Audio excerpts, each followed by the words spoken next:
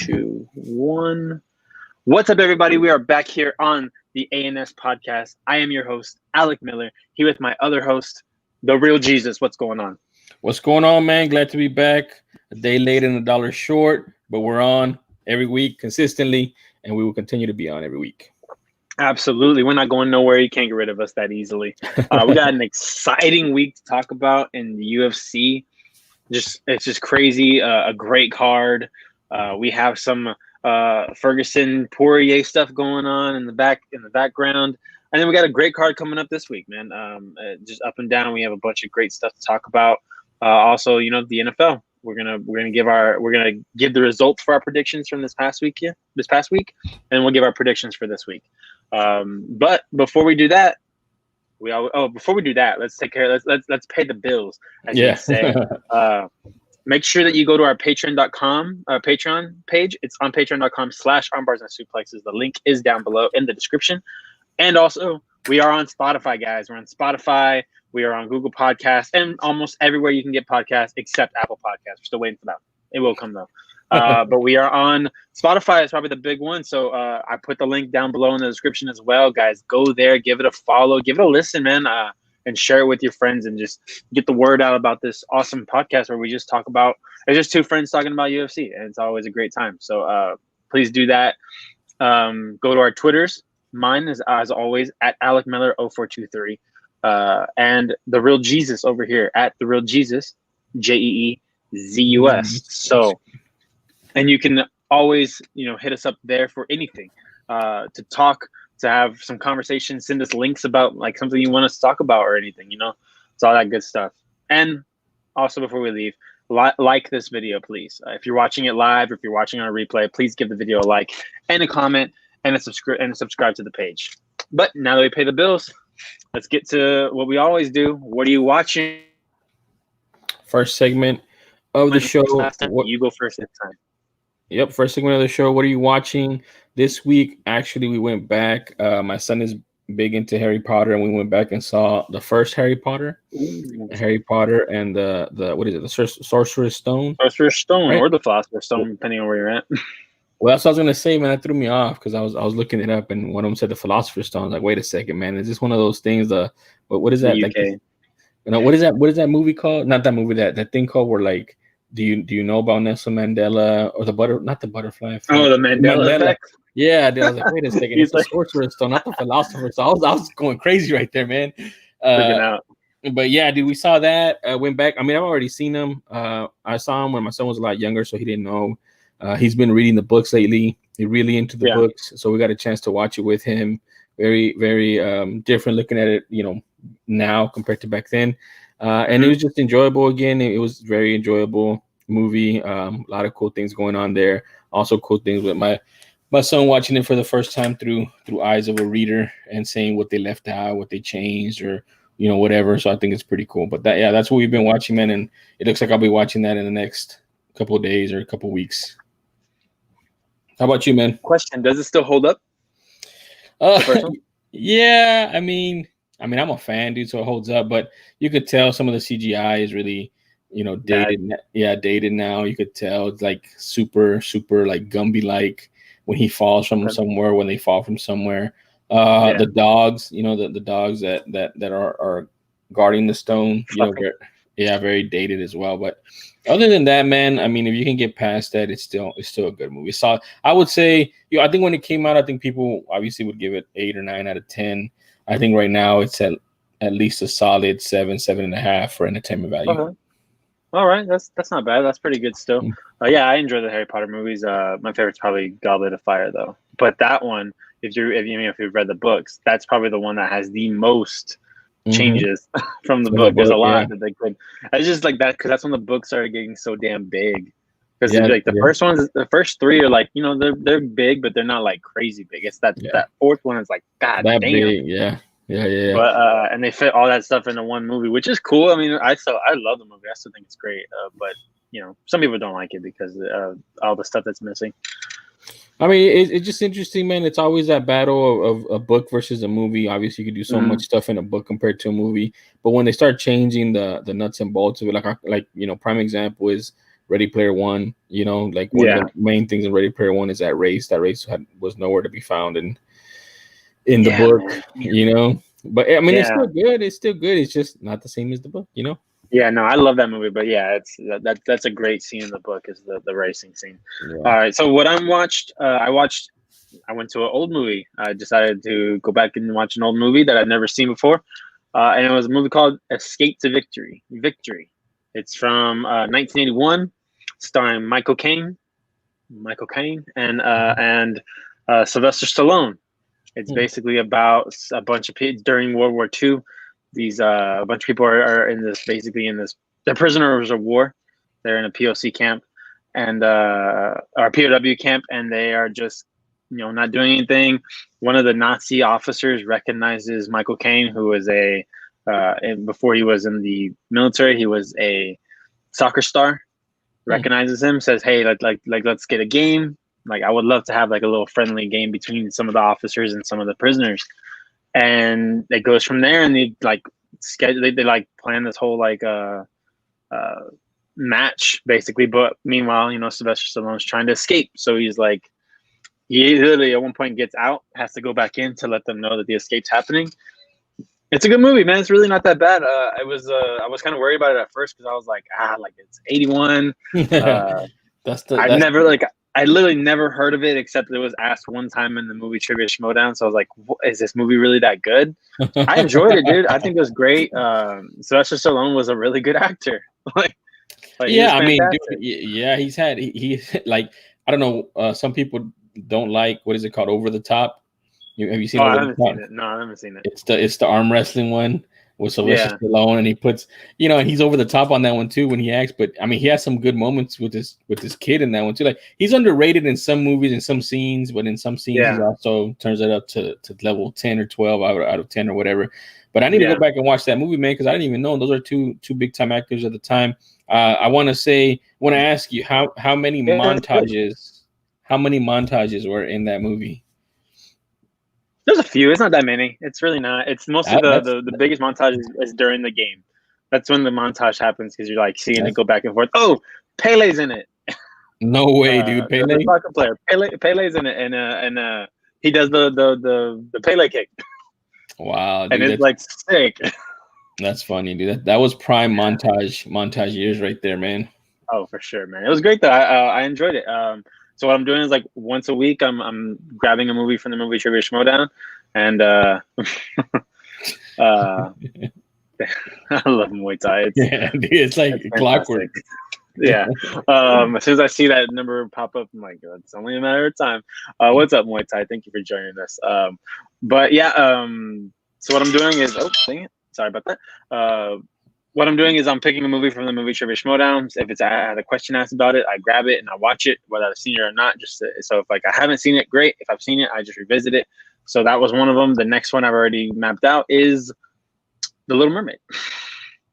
And go back, maybe grab my son and. So you never seen it? Have you never seen that movie? I mean, I've seen it. Of course, I've seen it. I was born in the Disney Renaissance, I watched all those classics. But I was like, you know what? I know my son actually likes it. He's watched it recently, so I'm just sit down with him and probably just watch it on Friday or something. I'm not doing it. But because there's no more rockets to look forward to. So. Oh man, I erased the last two games out of my memory. I don't blame you, but congratulations to the Nuggets. Please win the Lakers. Yes, man. Please do it. Jamal Murray has kind of, this is his year that he's kind of exploded on the scene, man. And he has such a great game and such a interesting and cool, I don't know, just game that's very entertaining, man. So I'm glad, I'm glad he's in it. I'm glad they came back on Kawhi. Yeah, man. It's becoming a thing now, and I kind of agree. I don't normally agree with the Undisputed guys because even though I like listening to the show, I especially don't agree with what Skip Bayless said last week about Dak Prescott and his depression. I was disgusted, but I agree with Skip. I mean, with Shannon. I think we gotta start. We've been protecting Kawhi a lot lately. We've been babying him. The same things that KD and LeBron don't get talked about. We've been protecting Kawhi from it. I think we've got to stop. We've got to stop doing that. He's got to have this. He's got to be held to the same standards as those guys. And also, We gotta stop calling Paul George a star. Ooh, I don't know about that. I mean, I don't think he's a star. He's great. Is he top 10? He's not top 10. Okay, name 10. All right, 10 off the top of my head. So LeBron, KD. No, you can't tell me KD. KD's hurt. So is Steph. So is Clay. Oh, you mean like this year? Yeah. Oh, okay. I was just talking about in the NBA just in general. Okay. Yeah. LeBron, I'll still put Kawhi, but not in this order. It's not in any like certain. Yeah, no order, just top 10. So LeBron, Kawhi, Harden, Giannis. Why am I fucking blinking? Anthony Davis. Huh? Oh yeah, that's what I'm looking for. Anthony Davis. I would put Jimmy Butler is kind of top 10 right now. So yeah, Jimmy Butler. Dame. If you don't put Dame in there, you're not getting the 10. I'll put Dame, but I might put him at 10. Okay, so let's just say he's in though. Dame. Yeah. Luka. Yeah, I said Luka. Yeah, that's 7. You got 7 so far. Wait, who? I have 8. Did I count somebody without? So it was LeBron, Kawhi, AD, Harden, Giannis. Who else after that? Luka. Dame. I reluctantly said Dame. Jimmy Butler. Jimmy Butler up there. I put Jokic. Over Paul George? Dude. No, man. Jokic has shown up in I think I'm also taking into account clutch. Like he's showing up when he needs to in the games that he needs to. I mean, yeah, but you're talking about Paul George shies away, man. Like and in the games, like I think one of the shows I was listening to brought up his performances in series ending games are horrible. Like he's scoring like 10 points, 9 points, 5 points. Like it's not good. No, I mean I agree. I mean, that also like is the third best player going into this upcoming series against the Lakers. With Kawhi, it's LeBron, AD, and then Jokic is right behind him. Yeah, in terms of like the Nuggets and Lakers, like he's the top 3. I just think that I don't know. We all suffer from recency bias. Mm-hmm. I mean, I've seen Paul George do things that not a lot of guys in the top 10 can do that you just mentioned.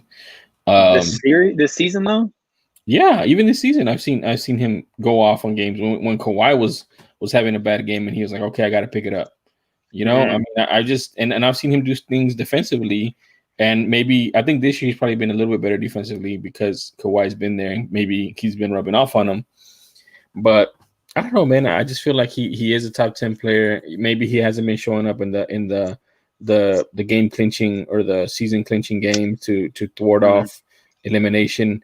But how many times has he been there? Who's he been around? I mean, this guy, I mean, if you look at it too, I'm not saying it's like a quarterback at all because of the playbook and stuff, but he was Clippers this year. Last year he was in Oklahoma. Year before that he was in Indiana, was it? Yeah. Yeah, in Indiana with Roy Hibbert and all that.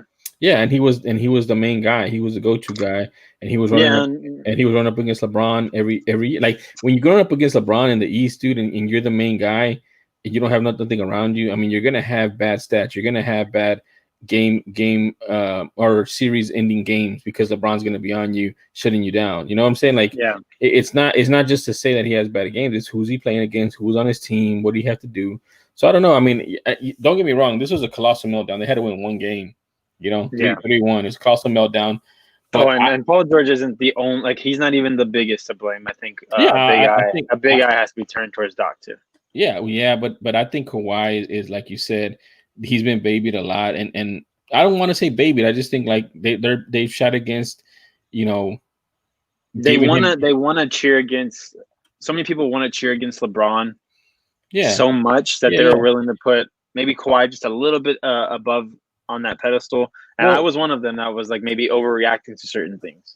Well, it's not only that too. It's just that he's so humble and he's quiet and soft-spoken, and his game speaks for it. He doesn't show emotion and all this stuff. He lets his game do the talking, and that can have a big sway, man. That can have a big sway on people's opinions or perceptions of him as a player. And then you also got to remember he comes from San Antonio, man. And San Antonio, he wasn't the guy that put San Antonio on the map. You know, San Antonio put him on the map because they drafted him. They put him into the system. He was the heir apparent. Then he had a falling out. Then he went to Toronto and he won them a championship. And they honestly caught lightning in a bottle. Look at Siakam this year. Siakam didn't have, you know, a great year by any stretch or a great playoffs either. No. But I mean, the team was good, but yeah, they wasn't the main guy. That's what I'm saying. Like they just caught lightning in a bottle that year with trading for Kawhi, and I think this is more the Kawhi that is when you take him away from an organization like the Spurs and that kind of overall greatness of the whole team being a team, you know, and also when you take him away from a team that was on the rise that just needed that one trade, you know, for a Verlander to win the championship. You know, they got the Kawhi and they won a championship. Now this is a team that obviously they had the issues this year with the whole pandemic and not being able, you know, stopping in the middle, having to come in, you know, all that stuff. So it's early is what I'm saying. Like, yes, there's a lot of fault, huge historic meltdown. You got two big guys. You got Doc Rivers, championship winning coach, and it just melted down, dude. So I don't know. I don't want to put too much on it right now. I do give a lot of blame on Kawhi, some on Paul George, some on Doc. But I still think they got a really good nucleus, and they're gonna be back next year, man. Yeah. One other thing I want to say about that before we move on is I really want to. I think I'm happy that the Nuggets are winning because I'm always so tired of the constant discussion about like NBA is like the NBA is usually it's always the best player or the team with the best player is the one that wins the championship. Like no. Like, we got to stop saying that, guys. Because if that's the case, then just give the fucking trophy to LeBron every year. Like, if that's the case. Like, we play these games for a fucking reason. I was always getting tired of hearing, like my biggest fault, like, when it came to this was, like, because these are such basketball. You're breaking up, man. I'm back. I'm coming back. All right, I'm back. Am I back? You're back. All right. So my biggest problem with like basketball mostly is like it's always about the stars and no one gives a damn about the teams really. So like even in college basketball, so the biggest one that I thought of which drove me wild, like crazy to no end, was when Duke got eliminated before the Elite Eight. I think they got eliminated in the Sweet 16, and everywhere on national media was like, "This is ridiculous. I don't want to watch Michigan State versus blah blah blah." Like, blah, blah, blah. Like, then why do you watch? Then why do you watch the games? Why do you watch sports? You don't like. You want to see the team that you want to see, but you don't. Once that happens, like you want all these rules to be bent to make it where that team is basically given a fast track. No, like that's not how that works. Like to me, I was so excited to see Texas Tech versus Virginia because I didn't have a stake in it. I didn't give a damn about any of the players. It was just two teams going to play basketball. And it was a great game. Yeah, not only that, man. Like for me, I want to see like when the Cubs finally won the championship, dude. You know, finally won a World Series. Even though they're already a big market, they have a huge market, but like for that fan base, for that city that they've been trying so hard.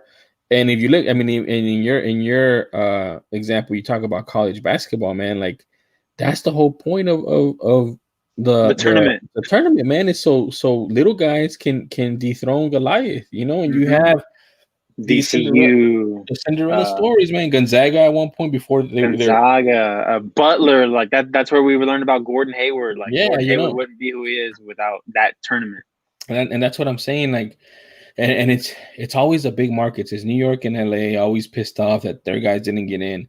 And they're a huge market, so when they don't tune in, it affects the wallets of whoever puts on the shows, and it sucks, man, because they should just be rooting, like again, like you said, if your team is not in it, then that gives you an opportunity just to root for whoever you want to root for because your team's not in it. But they don't look at it like that. Game. They don't look at it like that. They just want to root for their team, and if their team's not in, all right, well, I'll go watch something else that's New York based or LA based or whatever. That's America's team, the Cowboys or whatever. You know what I mean? And that's what I don't know, man. I feel like that's the bad part, the underbelly of sports. You know, where it's a sport, man. It's for competition, and your guys didn't make it, but there's still a competition going, and it's still good to watch and to see these guys at a high level compete against each other and see who actually is the best for this year. You know? Yeah, for sure, man. And I think more people need to think about it like that. But let's go ahead and move on into the big event that we had this past weekend, man, which was a last-minute change to the main event, which is supposed to be Glover Teixeira versus Thiago Santos. One of them got COVID. I don't remember which one. Teixeira. Teixeira got COVID. Well, it just got announced that Thiago Santos has COVID now. So oh my god, their fight in October got canceled. But nice. I think it's just ridiculous. It's getting worse and worse, I think, in terms of fighters getting tested positive. Good thing in the NFL was that no one tested positive in the NFL this week. We'll see this upcoming week. Yeah, I don't know how they're doing it, but I mean, that's wild.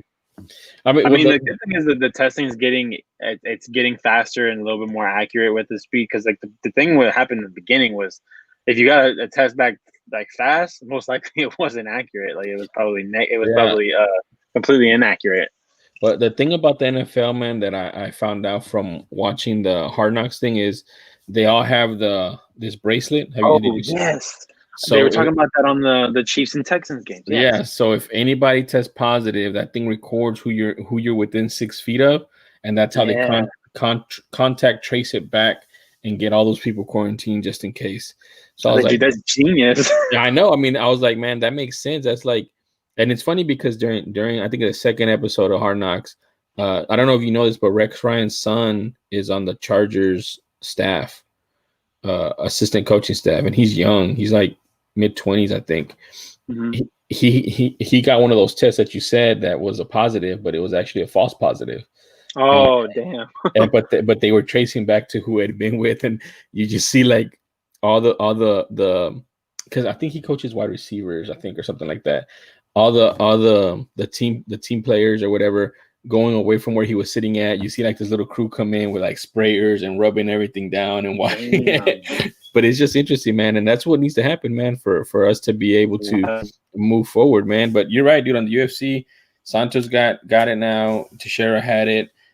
We saw this last week where they canceled about last minute because somebody came down with it at the very. I mean, and this is interesting because again, these guys get tested. I think they start getting tested 2 weeks out from their fight, and so last week or the week before, they had to cancel a fight after the weigh-in because somebody tested positive. So that means that means that somebody got it in between the time they've been testing, and that means that they weren't following the protocol of staying in a bubble in their hotel until the fight. So yeah, it's getting bad. But I mean, this week we were able to get some good fights, and Watterson, Hill definitely stepped up, came out and said one of the things that we always hate. They decided not to take the 3-round bout. They said, no, forget that. We can go 5. Let's do it. And they put on a hell of a fight, and we're going to get to that, but we're going to break down the rest of the card first because I want to save it. Like, that's such a great fight, man. It was a good fight. I texted you right after. I was like, who do you got? Like, I had no idea where to go. But let's get into the first fight. And this first fight was really good too. It was an interesting one. So it's a women's flyweight. We have Sabina Matzo, like 25 years old, taking on 31-year-old Justine Kish. And dude, Kish was looking really good in those first couple rounds. I was actually thinking what Sabina's corner told her is you need to finish because Kish might have the first 2 rounds on you because dude, she was throwing that leg kick with she was doing the doubles or like da like back to back, like she throw the left the right, and I was like, I've never seen that before where just throwing like multiple leg kicks, like a leg kick combination basically. Yeah, but, I mean, I only saw the highlights of that, but part of that was the highlights where she was throwing the combo leg kicks. I haven't seen that often as well. I've only seen that whenever they feel they have a speed advantage. So I don't know, man. I mean, from what I saw, I mean, I thought those leg kicks were landing pretty flush, pretty good, and it didn't look like she was checking them. So no, the problem was that she decided that her strategy was to block leg kicks with her face. Oh, nice. She took a couple like really bad ones, and I think in the third round, I was like, Sabina, she's not blocking it. You got to keep throwing it, because she got hit with like maybe like in the first 2 rounds, maybe like 3 head kicks, like in those first 2 rounds. Bold strategy. Bold strategy. God, let's see if it pays off. That one landed, knocked her down. She got her and then like basically took her back very quickly, and that was the end of it. So Sabina Montiel gets a good win. She shows that she can, bounce back. She was losing that fight, in my opinion. Yeah, well, that's good, man. I mean, she going into this fight, she was 8-1. Justine Kish was what was it, 7-2. So I mean, not too far apart. Now she's 9-1, and she continues to move on. Maybe she can get a little bit higher up on the card next time.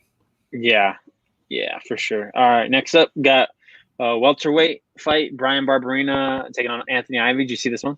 I did see this one. What'd you think about it? I told you that this one might have some fireworks in it. Might be contender for fight of the night. I'll say this, man. Ivy was not looking forward to those punches from Barberena. He was, as soon as like Barberena started throwing, he was covering up immediately. Like, I didn't want any of it. But the first round, at least, Anthony Ivy was able to get him to the ground. Yeah.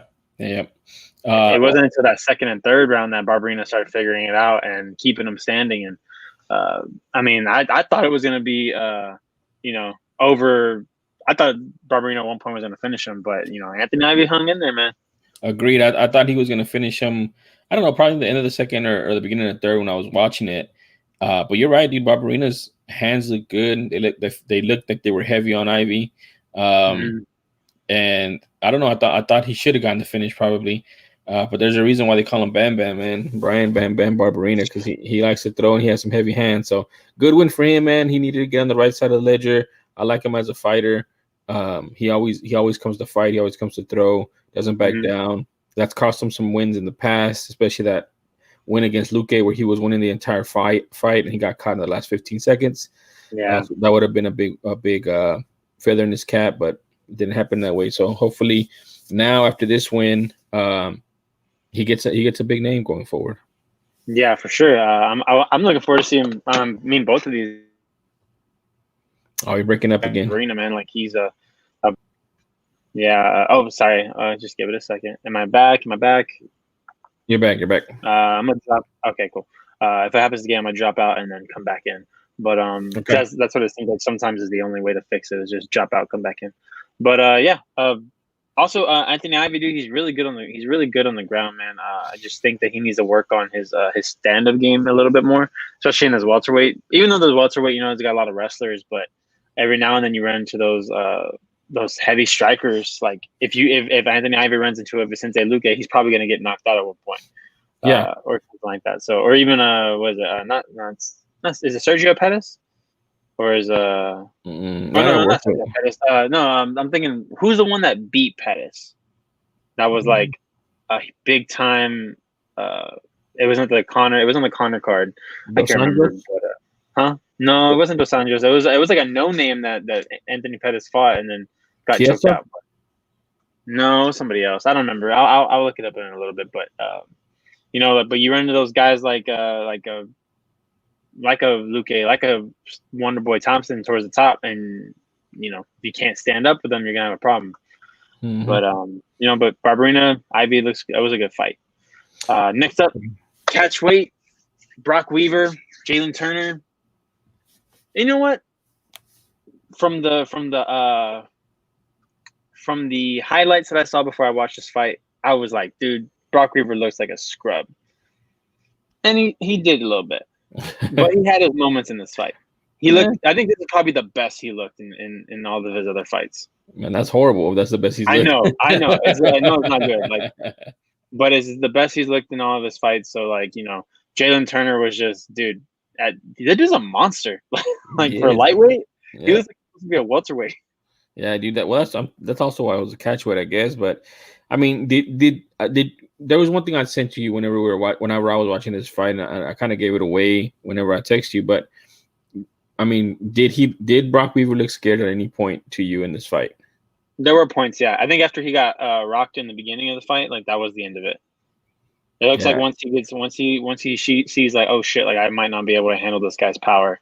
It's over. Like yeah, but you know, the only good thing is that he wasn't backing down like that fight against Roberts. That fight against Roberts, he was like running scared. Yeah. This one he wasn't at least running. He was, you know, kind of whimpering. And that loss against Roberts after the result, doesn't look good now. Now it doesn't look good, man. It doesn't look good. Yeah. So I don't know, man. I think he's gonna get cut. I think he's lost too much. He's been too controversial with the way he's lost as well. And he just doesn't look like he belongs, man. Yeah, another thing that I want to comment on is that the fact that both of his last two fights have been at catch weight. Like the dude can't even make 155. Yeah, agreed. I guess like I know that they're on late notice, but I've seen guys take late notice fights and make weight. Well, yeah, a lot of the guys, especially now, especially since March, basically, they're ready to fight because they know that Dana's going to call them at any second because there's so much need for fighters right now. You know, and the pool is smaller, so you're going to get your shot. So stay ready. And to have to do 2 catch weights in a row, that's just, I don't know, it's not a good look, man. Yeah, for sure. All right, next up, dude, this one was another one. Heavyweight bout, Alexander Romanov and Roque Martinez. Yeah, man. This is one that was like, come on. You have to have some kind of wrestling defense. There has to be something. This guy, nothing. Like, literally, Alexander Romanov picked him up and suplexed him. Yeah. I mean, you know, I get it, dude. Like, it's frustrating to see. But then also, you got to realize, too, like, I don't know. These are big guys.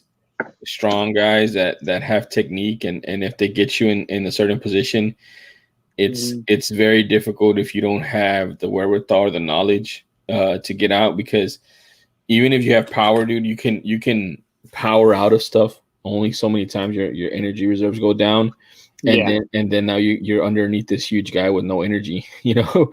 Yeah, dude, it was. But I knew that was probably my biggest issue.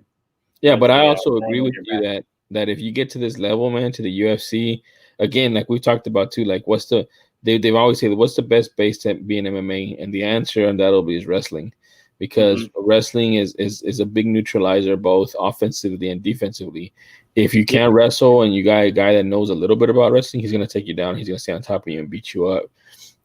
And if you know wrestling and your opponent doesn't know wrestling, then you can take him down and dominate the fight, and not even dominate, just control the fight and end up winning. So definitely, if you're at this level, UFC, you absolutely need some knowledge of wrestling and counter wrestling. Yeah, well, this guy here, Romanov, he wasn't content to just stay on top of him and get a win. This guy was constantly throwing down. He was throwing down double hammer fists, like, yeah, dude, and you could hear them, you know, like, yeah, it was bad. This guy's gonna be dangerous. I really think this guy can be a problem. I think I'm gonna drop out. Give me a second. All right, guys. He will be back here in the next, I don't know, 2 to 3 minutes while he gets his internet sorted. As you all know, the internet is being taxed to the max right now with virtual and everything of that nature. So there he is. Back, guys. So yeah, I was saying, I think this guy Romanov can be a problem in this heavyweight division, in one where you kind of need both. You need to be able to handle the power of certain people and also be able to throw with power, but also, you know, at some point you're gonna have to wrestle somebody like a Curtis Blades. You got to have that ability, and some of these guys that don't wrestle, you can take them down easily and do basically what Romanov did. I think he could very quickly like rise in this division. Well, the last 2 champions at heavyweight have been Stipe and DC. DC, obviously, you know, Olympic pedigree in wrestling. Stipe doesn't have Olympic pedigree, but he does have a pedigree in wrestling. I think he was a national. I don't know if he was a champion, but definitely in the national wrestling, I guess, playoff tournament or however they do it. So he does have some history there with wrestling. Obviously, Curtis Blades, huge wrestler, huge MMA wrestler. But also, like, not just necessarily those guys that you got to fight, but to get to those guys, you're going to have to go through a Rosenstruck, Overeem, Ngannou. And we saw what Stipe did to Ngannou to neutralize him, you know, and then we saw what DC did to Derek Lewis to neutralize him. which is wrestle. So yeah, I mean, I agree. You know, his skill set is a skill set that can project to being a threat in the division at heavyweight. Yeah, I mean, even look at what Sakai was doing to Overeem in those first in those beginning rounds until that fifth round, and I think he was just tired. Mm-hmm. Being able to, he was basically neutralizing Overeem until he got tired. So I think he's got a good chance, man. I want to see him fight again, Romanov. He's relentless. That's the thing about him. He's relentless as hell. You could tell he wanted that win, man. He wanted that UFC win. Definitely, man. He didn't pull back at all. Mm-hmm. So give me 1 second. Sorry, I had to pull up the thing again just to see what the next fight is. Next one is Kevin Kroom and Roosevelt Roberts at lightweight. Oh yes, good old $20 in my bank account, Kroom. Coming to the night, man. I love it because these guys, the commentators were talking of Roosevelt Roberts so much because his last loss was to Jim Miller. That's not a bad loss to have. Don't you love it when they talk him up like that, dude? Huh? So don't you love it when they talk him up like that and then Kevin Kroom comes out of nowhere and head kicks you. Yeah, dude. It was beautiful, man. It was just he came in here and he just maybe had a little bit more power than Roosevelt can handle, and that standing guillotine was nasty. That was nasty, dude. It was great. The way he was he put so much torque into that standing guillotine. There's only one other person that I've seen that did this type of guillotine and was able to pull it off successfully, and he was the Ultimate Fighter guy. I forgot what his name was. A really weird guy with a funny mustache, and that guy had like 5 of those guillotines to his record. He had long arms, and basically this is what happened. He just had long arms in this situation. He curled his arm all the way around and was basically putting so much pressure on him that he was going to pass out. And I mean, to Robert's credit, he did know the counter to it, which is rolling over and continuing to roll over, but it was just so deep, man. It was so deep, and he just couldn't get out of it, man. And the other thing, part of that too, is in this sense, it was the first round, 30 seconds in, they weren't really sweaty, so there wasn't a lot of sweat that could help him, get out of that choke. It was more friction, and good for Kroom, man. Kroom. The other thing too that they kept highlighting was Kroom's age. I think he was 33 or 32. 33, yeah, that's. Yeah, so an older guy that's been around the block, that's been around the circuit, the local circuit, and finally getting his crack, and he does the best with it, man. And he gets a performance bonus when his bank account only had $20, man. According to him, he only had $19 and some change in his bank account on the day of the weigh-in. So good for him. Yeah, man. So he gets hit. Not only does he get his purse, but he gets the extra $50,000. That's going to be a huge help because I would like to see him again. I would like to see him fight again in the lightweight division. He's like you said, he's an older guy, so he's got the experience. He's got the experience to be able to hang with some of these younger guys, and I would like to see him fight again, man. Maybe see him go a little bit longer than 30 seconds. Yeah, I was going to say, I mean, he's fresh. I don't think he got hurt in that. I mean, I don't think that a quick turnaround is not out of the possibility, especially since he has money. Now he has a chance to make even more money quickly because he wasn't hurt and it was easy money for him. Why not? Let's see him in 2 or 3 weeks turnaround and put him up against somebody, and maybe we get to see a 2 or 3 round fight out of him. Definitely. Stay next to the phone, Kroom. Stay next to the phone. Next up, we have the featured bout on the prelim card, which was Julia Avila taking on Sijara Eubanks. And so Julia Avila is known for, in her last fight, I can look it up real quick, but in her last fight, she basically just bum rushed her opponent and got the win pretty quickly. So this one, it was against Masani. She basically just, the girl with the pink hair, she basically just bum rushed her, and Masani didn't know what to do, and Avila got the win. And she landed so many good shots on Eubanks. I actually had it Eubanks. Actually, no, I think I had it Avila round 1. Yeah, I had Avila round 1 too. Avila round 1 because of the punches that she was landing. In the beginning of the second round, she lands a bunch of those punches again, However, she throws a kick in the middle of that, That was and it. gets caught, and that was it. Eubanks takes her down. Avila just can't. And I don't even think it's that Avila's bad wrestler. I think it's more Eubanks is just so good on the ground, especially in the ground and pound, that Avila just couldn't get around it. I think she wanted to stood up once or twice, but then dude, she did it again, threw that damn kick, and got taken down immediately. So they were saying 10-8. Like they're like, oh, this has to be a 10-8 round. I was like, I don't know about 10-8 round, because I think she rocked Eubanks in the beginning of that round a few times. So I was like, I'm not gonna give her a 10-8, but I can see why you give her a 10-8. But yeah, that was it. And then the third round, same thing. It was a good start for Avila, but then just taken straight to the ground, and nothing that she can do about it. Eubanks gets a big win. She's so dominant on the ground. Some of those elbows were nasty. Yeah, man. I mean, credit to Avila for being able to take that, man, because that ground and pound was pretty nasty. Mm-hmm. But you're right, man. I mean, I don't know. It was just one of those things where I guess Eubanks is a vet, and she figured out that, hey, she can't stop me from taking her down after she realized that, and then she just took her down, and that was that, man. That was all she wrote. I mean, I had it two rounds to one for Eubanks either way. Same. And I think they even mentioned that Eubanks is actually a black belt in jiu-jitsu, so she has that. I mentioned a black belt in something, and it was like right around the time that she got her onto the ground. So, if she's that good, it definitely showed. This is definitely a big win for Eubanks. I was looking at both their ages. So Eubanks is 35, and Avila is 32. So if Eubanks wants to say championship, she's got to hurry to it. And this isn't the best division that you really want to climb in.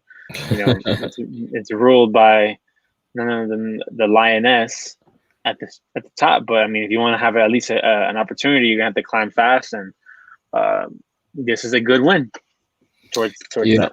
She's on a 2-fight win streak after losing 2 consecutively, one to Betch Correa and one to Aspen Ladd. So she's on a little bit of a run after having a little bit of a slide. All right. So, and Aspen Ladd's that's nothing to hang your head about. A loss to her. Maybe a loss to Betch is you can kind of be upset about, but a loss to Aspen Ladd's nothing really to hang your hat on. I mean, nothing really to like hang your head on. Aspen Ladd's one of the top in the division. Let's go ahead and go to the main card. You got Billy Quarantillo, Billy Q, the Dana White Contender Series alum, taking on Kyle Nelson. And dude, Kyle Nelson looked pretty good in the beginning of this fight, dude. He was landing some nice shots, making Billy Q uncomfortable. But then Billy Q turned it up in that second round, and I think at the very end of that fight, at the very end of that round, that second round, you can see Kyle Nelson kind of slowing down. And then Billy I think it was, 30 seconds 8 seconds. 7 seconds into the third round. Threw what was it, like a cross? 1-2. It was a 1-2. He threw a 1-2. Nice. Yeah, I mean it's why you throw 1-2s in practice, man, because one day you're gonna catch a 1-2 like that, and you're gonna catch that 2 at the end of your fist, and it's gonna land right on the button. And that's exactly what happened, man. But this fight was a good fight, man. I mean, I felt it was very evenly matched. I felt like there was no quitting Kyle Nelson or Billy Quarantillo, because Quarantillo was getting hit with some heavy stuff too in the first round, man. But like you said, there was an adjustment in between rounds, and in the second round, Quarantillo came out. I think he just went to another level and just started putting more pressure on him. And even then, whenever he was putting pressure, he was still getting hit. Nelson was still throwing back. He was still throwing back, just not as often, not as crisp. You could see him kind of getting tired.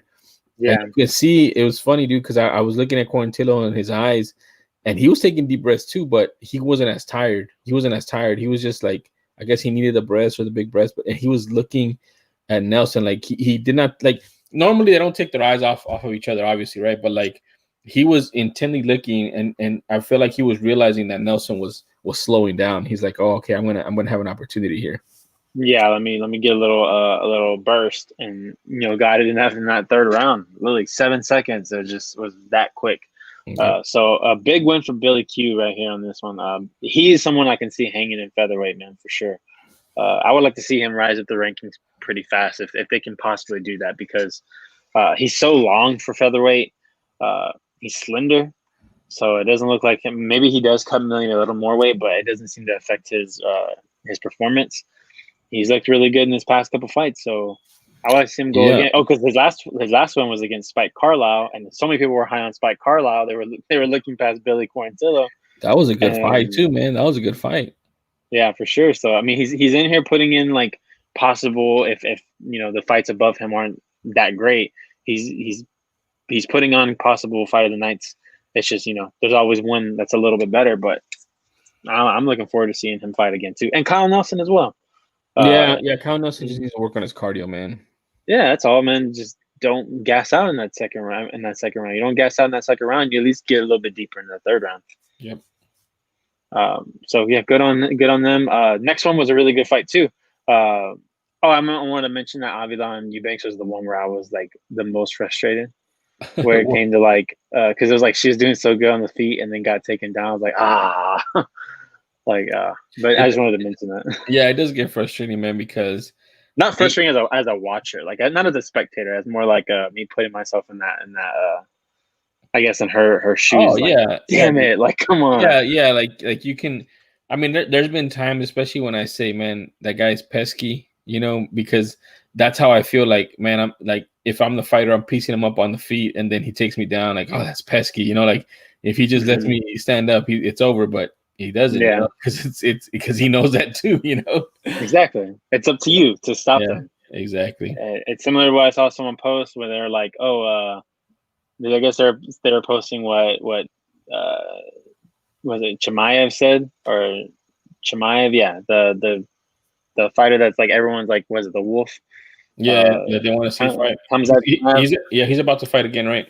Yeah, this upcoming week. But he was tweeting some stuff and calling out certain people, and then he called out like Nick Diaz and said he wanted to mess up the Diaz brothers, and someone was like, should he be more humble or blah blah? I was like, no. Like that's not that's not his job to humble himself. That's the fighter's job. Exactly. But you say that. That's actually a good conversation to have if you have 2 seconds real quick. Did you see the Khabib interview where they said if he's comparable to Muhammad Ali? I did not see that, no. So that they asked him and they basically like compared him to Muhammad Ali, and he kind of shut it down and said, there's no comparison. Muhammad Ali was so good and he was a champion, and they treated him bad. They took him to jail. They stripped him of his championship because he was black, and all this stuff. He's like, so there's no comparison. And I think to compare me to someone like that is incorrect and shouldn't be done. The only comparison that we have is that we're champions in a sport at a certain time. But if you want to compare me, then I have to go back into his time and be black, and then at his sport to be a champion. Wow. And that's what I'm saying. Like, that to me, that's humble. To me, that's understanding stuff. Like, I don't know, 9 out of 10 champions say, yeah, man, we're both great champions, blah, blah, whatever. I don't know, hype themselves up. Yeah.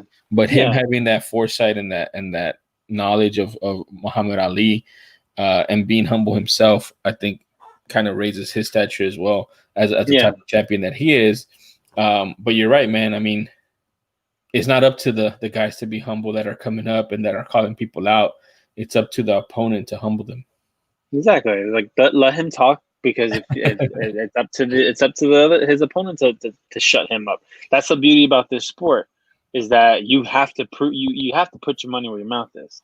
You got to be able to. Your butt's got to be able to cash checks that your mouth writes. That's right. Because otherwise, someone's gonna shut you up, and there's nothing you can do about it. And I think that's one thing. Like, I don't want to like really like talk him up, because he's probably a shit human being, and if what is being reported is true, he deserves to rot in jail. But that's the thing about Conor. He used to talk a big game, and a lot of times he'd back it up. But on the times that he wouldn't back it up, like say against Nate, he doesn't back it up against Nate. Instead of talking in that fight going up against Nate in the second fight, he shut the hell up and he went and did work because he got humbled. Unfortunately, that didn't happen with Khabib. For some reason, he thinks that he's so better than Khabib. Doesn't make sense to me. But we're never going to find out, because he's a shit human being. So let's go. I don't even want to like touch on it too much, because I can't believe he's still like fighting, like saying that there's no possible way. Like, it's just wild to me. But let's go to this lightweight fight, another lightweight fight. Bobby Green versus Alan Patrick. And this is another one where it was like, man, like if Patrick would stop wrestling, Bobby Green would have knocked him out. But I mean, Patrick knew that, stayed out of range of him. Still lost the fight, I think. I mean, obviously he lost the fight, Yeah, I mean, probably 30-27. Yeah. But you know, he knew better, and I think there might have been one point where he almost got Bobby Green in one of those arm bars. Yeah, but credit to Bobby Green, man. You know, the thing about Bobby Green is he's been around for a long time. He's always had a lot of athleticism and also skill. He has a wrestling background, but he's never been able to put it together, and he's never had the fight IQ to kind of get him over the hump on somebody that might have an advantage on one thing or another. But in this fight, again, and on this little streak that Green is on, he was able to put it all together. He still has some fast hands for his age, and he knows how to use them. He was landing a lot of lead. What was it? He's right-handed, so lead right hands. He was landing because he's so fast compared to Patrick. But he did what he's supposed to do. He didn't get in trouble. This guy hasn't fought. Patrick hadn't fought in like over 2 years. Yeah, so there's tape on him, but it's 2 years. It's over 2 years old. So he's still dangerous. You know, he has power. So, I agree to it. Was it Bisping that was announcing or something? Yeah, he was saying that he wanted Green to go for the finish right there, and Green did, but in a very calculated way. Like he wasn't putting himself in a lot of risk, but he was definitely trying to go for the finish towards the end. So overall, it was a good fight. I'm happy for Green, man. He's kind of getting his due at the end of his career as well, because again, he's been in the UFC, I think, twice before, and he couldn't put it together, man. He was going up against guys and they were just either out wrestling him, out smarting him, and he was just getting bad decisions and bad losses. But now I think he's a 3-fight winning streak, and he's due. You know, he's due for a big name right now. Yeah, I would like to see him get a top 15 guy for sure. Another thing that I wanted to mention, one thing that we could possibly have seen with Patrick, why he was, going for the takedowns instead of trying to stand. He hasn't fought in 2 years. He might have been worried about how he could have taken a hit, how he could have taken a punch. Like he hasn't taken a punch, like a real punch, in 2 years. You don't know how your body's going to handle that. I think maybe in his next fight he'll be a little bit more comfortable standing up. It's just this one, especially against Bobby Green, like the dude I played with him on you. Oh, you're breaking up. Weeks ago. Wait, okay. Let's give it a second. Come on. All right, he's out. He's gonna be back in a few seconds. Last time we said a few minutes, and it was a few seconds. He's just resetting his. There it is. Had a refresh. Yeah, I just got UFC 4. I played with Bobby Green in the game. He's a hard hitter. That's funny. You know what? I'm not going to test my chin against this guy. I'm going to go in there and execute my game plan the best that I think I can. And he did what he did. But Green is experienced, man. He's decorated. He knows what to do and how to get out of certain things. You saw that nice little roll that he did to get out of one of those submission attempts, which was fantastic. I think it was a nice roll from Patrick first to get out of the clinch, but then Green was able to like roll with him and just put on a clinic, especially on the ground. Do you want to get into the next one? You're breaking up, dude. Oh my goodness gracious! So what were you saying about Patrick? I was saying, I said Bobby Green put on a nice little clinic against Patrick, but I'm looking forward to seeing Patrick in his next fight. See him maybe get a little more comfortable in there, shake off that ring rust. Yeah, hopefully it's not 2 years before we see him again. If I remember correctly, he had some pretty decent knockouts before he went on his little hiatus, so he does have power. So yeah, man, hopefully we'll see him. I don't want to say a quick turnaround, but maybe 3 months from now against another opponent, and maybe we get to see some of that old Patrick that was on a little bit of a hype train, All right. Next up, man, this next one, dude. So it's Ed Herman, Mike Rodriguez, and dude, I feel so bad for Mike Rodriguez. I hadn't heard about it. I hadn't seen it yet. I watched it today and just like, Ed Herman, like, come on, like, dude, no. I mean, no. I don't know, man. First of all, I believe that, I agree with the commentators. I think replay should be allowed throughout the fight, and it shouldn't end the fight. Like, especially on something like this. Like, this is one of those ones where it's like, I'm not gonna like destroy the ref for this. Like, so he thought he saw something that he didn't see. So what do you do in this case? If it's not a groin strike, what do you do? And he says it's a groin strike, and then you see that it's not. You take a point away from him. You see that it's not. Yeah, like, no, I think that you take away if you think it's a groin strike, you check it out. You look at the replay real quick, you realize it's not, and you don't give that guy 5 minutes to fucking recover. But you still give him time to recover. He still recovered. You don't give him 5 minutes though. You gave him all around. I know it's not 5 minutes, but there's no perfect. There's not going to be a perfect fix. I know, but exactly. But if like basically, if you're saying, well, let's do this, and it's still not fixed, then why not just leave it how it is? Because you're not fixing it anyways. You know what I'm saying? Like, in this instance, replay wouldn't have done anything. It would have still stopped the fight. They still would have had to replay. The ref would have still had to go take time to go look at the replay, then make his decision. And then what? He takes a point away. It didn't matter anyways, because Ed Herman would have submitted him in the third round if he took a point away. You know, it doesn't. You know what I'm saying? Maybe he doesn't, because he doesn't get as much time to do. Because that in that third round, when Rodriguez went back to the body, Ed Herman folded again. Mm-hmm. Again, like, he was like, that body was gonna be broken down before the end of that fight. Whether, I don't think it would have ended the same way if he doesn't get the amount of time that he got to recover. He gets that time to recover. He gets that time to and probably has Mike Rodriguez, kind of pissed off because of what happened. Yeah, but Mike Rodriguez is recovering too. Mike Rodriguez is seeing that his body's crushed. Mike Rodriguez wasn't getting. He wasn't the one that needed recovering. Well, yeah, so he should have been able to finish him to the body. And he was gonna finish him, but the fact that his opponent got even an extra chance to recover, it's just one of those things that obviously there's not a perfect fix, but it doesn't mean you can't improve things.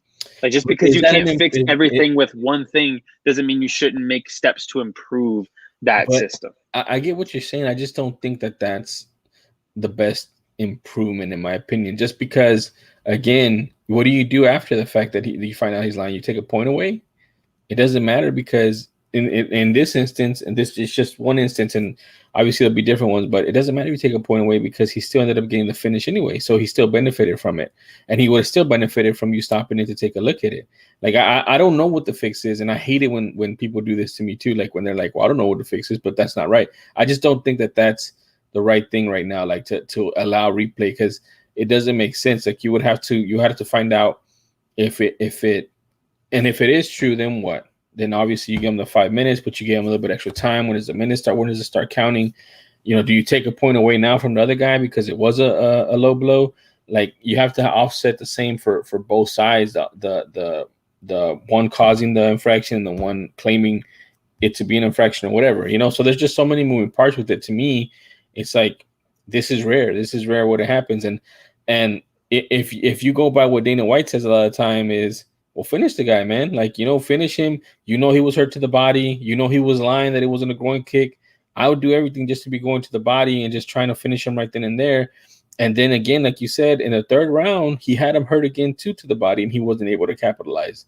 So whose fault is that too? Like, yeah, you want to put some fault on the ref for not seeing it, and potentially the fight could have been stopped right there. But you had at the very least 2 more times to end the fight in that same round and in the next round, and instead you ended up getting finished. So I think some fault does have to fall on Mike Rodriguez there too. And Mike Rodriguez got caught in a submission. Like, if you look at it, like, because he was still Mike Rodriguez, even when he was on the ground, he was ground and pounding Herman and making him uncomfortable. It's just, I think, and hold on, let me finish. Okay. He was defending against that Kimura. I think he just he made one wrong move. That shoulder went all the way, and even made the right adjustment to try to get out of it, and it was just so deep in.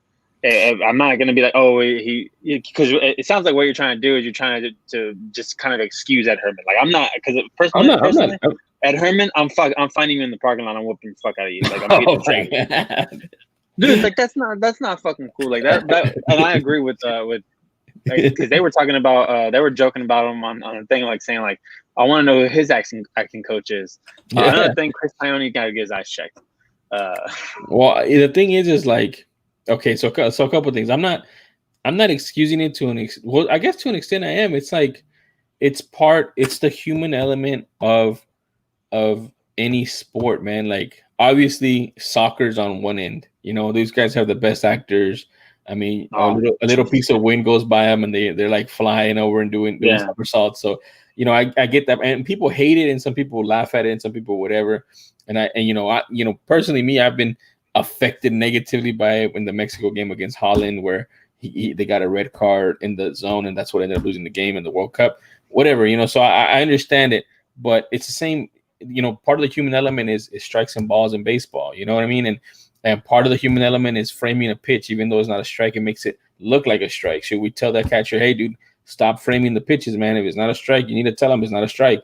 No, man, it's part of the game, and this is what happened. And him as a veteran knew what was saw what was going on, and he said, hey, man, I'm going to live to fight another day, and I'm going to give myself another chance to win. And he ended up winning. So I can't fault the guy for that, man. You know, doesn't mean I'm not going to try and whip your ass in the parking lot, though. Well, you should have tried to whip my ass in the octagon, but you couldn't. So you ain't going to be able to do it. Sign that contract. I bet you won't. Sign that contract. I bet you won't. And the other how thing much you want to bet Herman won't sign that contract? And the other thing about that too is, I'm sorry, man, but go back in the archives, man. Landing a Kimura from that position is so rare. It's so rare, and that's just Mike Rodriguez's fault right there, man. You're in top position. How do you get caught like that, dude? How do you get caught, and how do you give up a like I've seen it happen where they do it and it ends up to the guy getting out of being mounted, right? Like out of being underneath the guy, right? So it's a positioning thing to get out of that position. But I could probably count on one hand how many times it's actually led to a submission, you know, because that's not like you can get out of that, man. You can get out of that. And for you to be on top position, give up that. And not only did you give up position, but you gave up a loss. Like you lost because of it. It's just a bad look on Mike Rodriguez's part. I guess that's too why I'm also like, he just didn't want the win, man. He didn't deserve the win at that point. I don't know, man. I think you're insane. Like you're basically like Mike Rodriguez gets the fuck out the UFC because he got caught by a Kimura. The ref took away your win. Get out of here. Like I just felt like, dude, like you're winning. You're like dominating the fight. You can visibly tell he can't hide it from his face that every time you go to the body, he's getting hurt. He did, and he literally went right back to it and dropped him again with it, and he couldn't finish. I mean, what more do you want? I'm sorry, you're basically like saying like basically like this was like that was a non-factor, like that you're like that's what I'm hearing is that you're basically saying like the ref stopping it mid TKO was a non-factor. I mean, the only argument I would say against that is you say it's mid TKO, but he had the other chances to do it and he didn't TKO him. So why would you say that's mid? Maybe he wouldn't have done it at mid TKO there either. And then, you know what? Let's find that out. The ref took it away. The ref saw a very clean knee to the body that honestly didn't even land as square as the first one did. I mean, there was no nut shot there at all, dude. Like I know there wasn't no nut shot. I'm not saying that at all. I'm just saying like. But I'm saying if you saw those first, because the first one they showed two knee strikes. The first one landed like square, like right on the right here, like just it looked like it hurt bad. The solar plexus. He moved, but then the next one kind of like skimmed it. The one that they like called it, they kind of skimmed it, and that was what dropped him. Like that's how you know how in pain he was. And I don't even believe that he was acting per se. He just didn't say what he was hurting from. Because he was on the ground in pain. It just wasn't because of a nut shot. He was like a little kid. Tell me what hurts. All this area right here. Like right around this area. Because like I don't think he was acting. I think he really was in pain. No, he was in pain, dude. He was in pain. And that's what I'm saying, man. Like this is one of those things where you talk about, man. It's just you said, you know, you get frustrated. You know, I'm frustrated. because I like Mike Rodriguez, man. He's a freak. He's tall. You know, he has power. He has skill. He should have won that fight, man. And I'm telling you, like, I don't know how rare it is either, where every time you hit somebody, they visibly make a face because you're hurting them. All the other guys, or most of the guys, they keep their poker face and they don't tell you, and you just got to go by, you know, like little subtleties, like, oh, he switched stances a little bit, or oh, his left arm dropped just a little bit more than normal because he's trying to protect his ribs or whatever. No, man, Ed Herman's telling you right to your face. Oh, every time you're hitting him in his body, he's cringing and covering up and running backwards. Like, it's frustrating, man. Like, Rodriguez should have won that fight, and he figured out a way how not to. So I'm just frustrated. I want to see him in the UFC. I want to see him get a rematch. Maybe Ed Herman rematches him, because at this point, Ed Herman's only fighting for money, dude. He's not going to be a champion. He's too far down. He's too old. He's too slow. I mean, I told my buddy when we were watching this fight, because he's been watching MMA for a long time as well, and he's like 50-year-old Ed Herman coming out for another paycheck. And I said, every time I watch this guy fight, the one word that comes to me when I see him fight is plotting. He's a plotting fighter, because he's just slow and coming forward and no athleticism, and you know what I mean? Like, that's just how he is, because he's so old now and he's had so many wars. But I don't know, man. I guess what I was trying to get to that is that he should have won that fight. Mike Rodriguez should have won that fight, and he didn't. So I guess we'll see him in the future. Maybe we'll see a rematch for him so that Ed Herman can get paid. What happens if Ed Herman wins again? Then what? Great. Run it back again? No. And now you said the one word that came to mind when you thought of Ed Herman was plotting. Yeah. Now the second word that comes to mind can be acting. Next fight, we have Modafferi versus KGB Lee. This is a really good fight too. I thought Andrea Lee was gonna get this, man. I really did. She was doing so good on the feet. Modafferi was just looking uncomfortable. Andrea had constant control of the octagon too. Yeah. So the first round, Modafferi was able to get her down pretty quickly onto the mat. But at one point, you even saw Andrea Lee literally did like a hit toss and threw Modafferi onto the ground. Couldn't keep her on the ground though, man. It sucks whenever you get those like nice takedowns, beautiful takedowns like that, and they just pop right back up. It sucks, man. But you know, in that second, so I think I might have given that first round to Modafferi. First round of Modafferi, very slightly, but you know, she was able to do more on the ground. That second fight, the second round was all Andrea Lee. Mm-hmm. It was 100% Andrea Lee. She was rolling the octagon. Modafferi didn't know what to do. I think it was only like once maybe that she threw a kick that Modafferi caught. But that it was those punches, dude. She kept walking her down. But in that third round, you saw. And you literally heard her corner say, "Stop kicking," because she kept throwing kicks, and not just like the leg kicks, because the leg kicks were really effective. It was those damn body kicks she was throwing. Yep. That she just kept, just like against Sijara Eubanks, was getting caught and being taken down. It was that takedown in the third that spelled the end, because it was just so early in the third. It kind of mirrored Avila versus Eubanks. Exactly. That's exactly what I was gonna say, man. One fighter has that advantage on the feet, and very easily can tell the other fighter is a savvy veteran and kind of figures stuff out in between rounds or in the middle of a round, and the previous fighter that had the advantage can't readjust and figure out what they're trying to do to stay on the feet. And it sucks too, because like you said, there was just such a big advantage on the feet for Andrea Lee, and you could see it. You could see her walking her down, and then it just goes to nowhere, man. Because Modafferi is so good at grappling, just overall grappling and understanding and knowing how to get a W. Like, and that's the thing about Modafferi. She don't care. She wants to get a submission. That's what she wants. But she don't care as long as she gets a W, because she's been in the game so long, you know? Yeah. And in the beginning of this fight, I was thinking, oh my God, this is it. This is where, Modafferi, passes the torch, because she's getting beat up by, somebody that's probably better on the feet, but not overall better fighter. And then Modafferi just adjusts, and that's it. And it ends up going to Modafferi in the end. And this comes back to something that we've mentioned with Andrea Lee, man. She's really good. She's not finishing.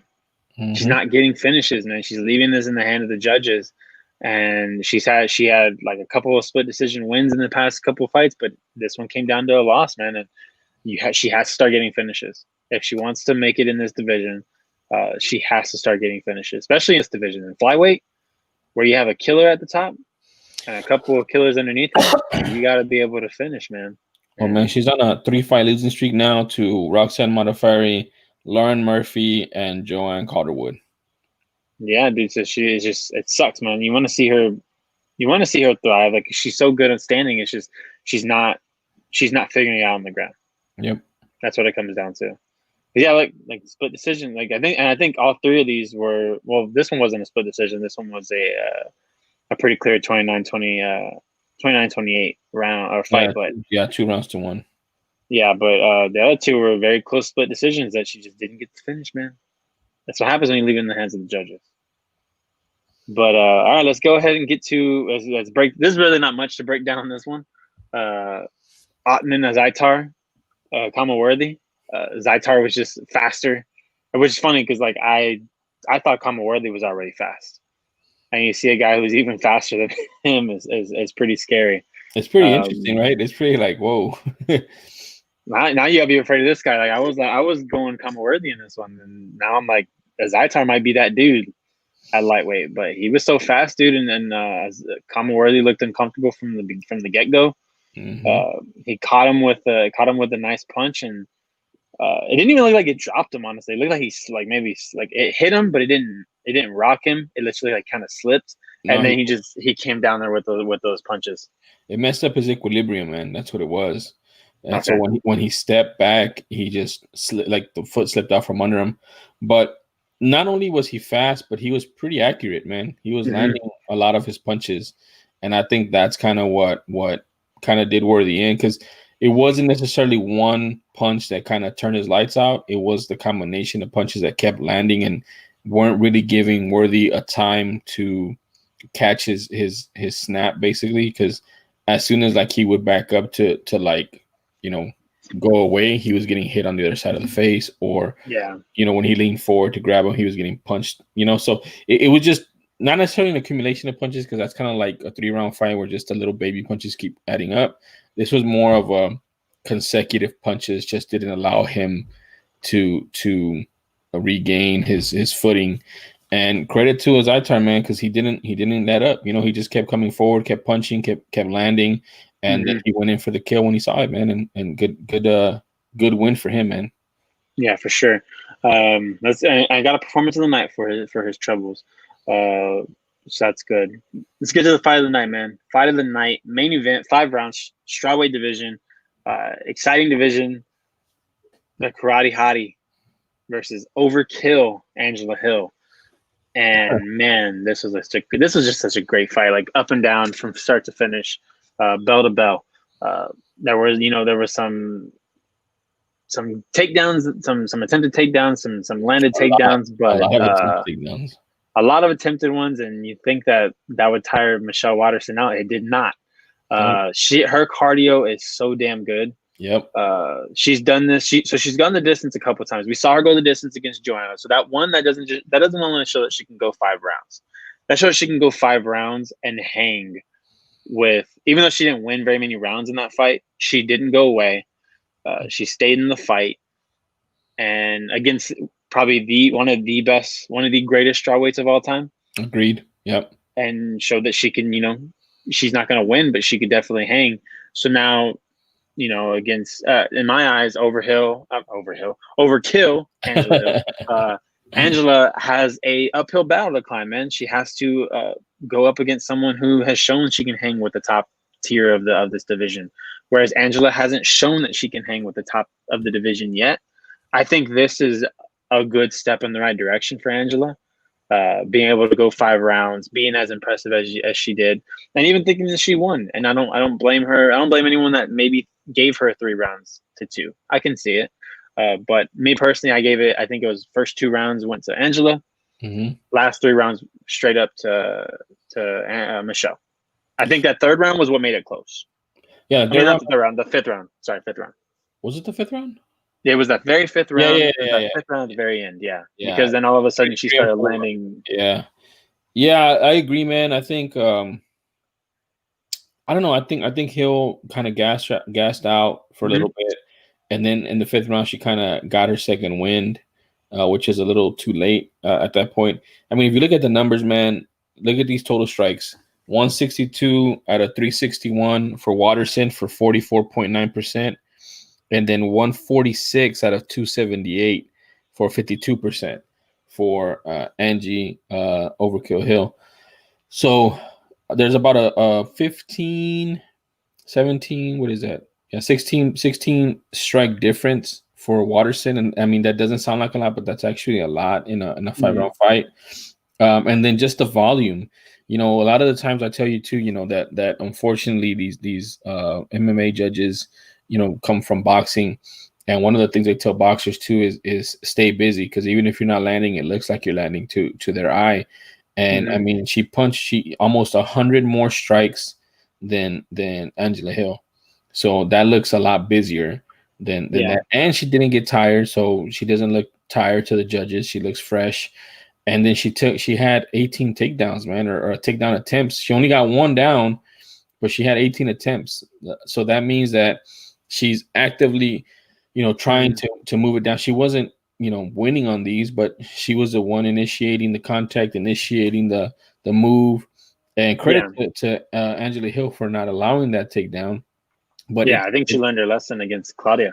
But it took a lot out of her to stop him, man, and that's why she got gassed too. So, I told you at the end of the fight, I had her for Watterson. But man, it just sucks too, because Hill is so good, man. She's so good. She just comes up short in these fights, man, and it sucks. Yeah, because she's so good.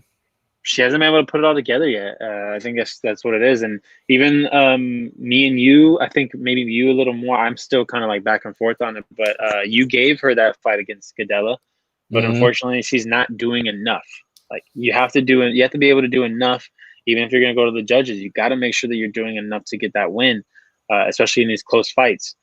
This fight, I would say, it's her very first 5-round fight, at least in the UFC. She hasn't fought 5 rounds. Michelle Watterson has, especially in the last year, because I think that fight against Joanna was like last, what was it? Was it December? It was last year, yeah. Like November or something like that. So it was within this last year. Hold on, October. It was in October of last year. So it was within this last year. So she's gone 5 rounds before. This is her second 5-round fight. She's looked really good. In her fight against who was her last? It wasn't Cavillo. It was Esparza. Esparza, yeah, she lost to Esparza in a 3-round fight. Yeah, I think she took that loss kind of hard. I would say, like, not hard like in terms of it messed her up, but like she might have said, you know what, this isn't happening again. Like I'm gonna make sure I go out there, and maybe that's why she was initiating so much. That was a close fight too. That was a close fight. But dude, check it out, man.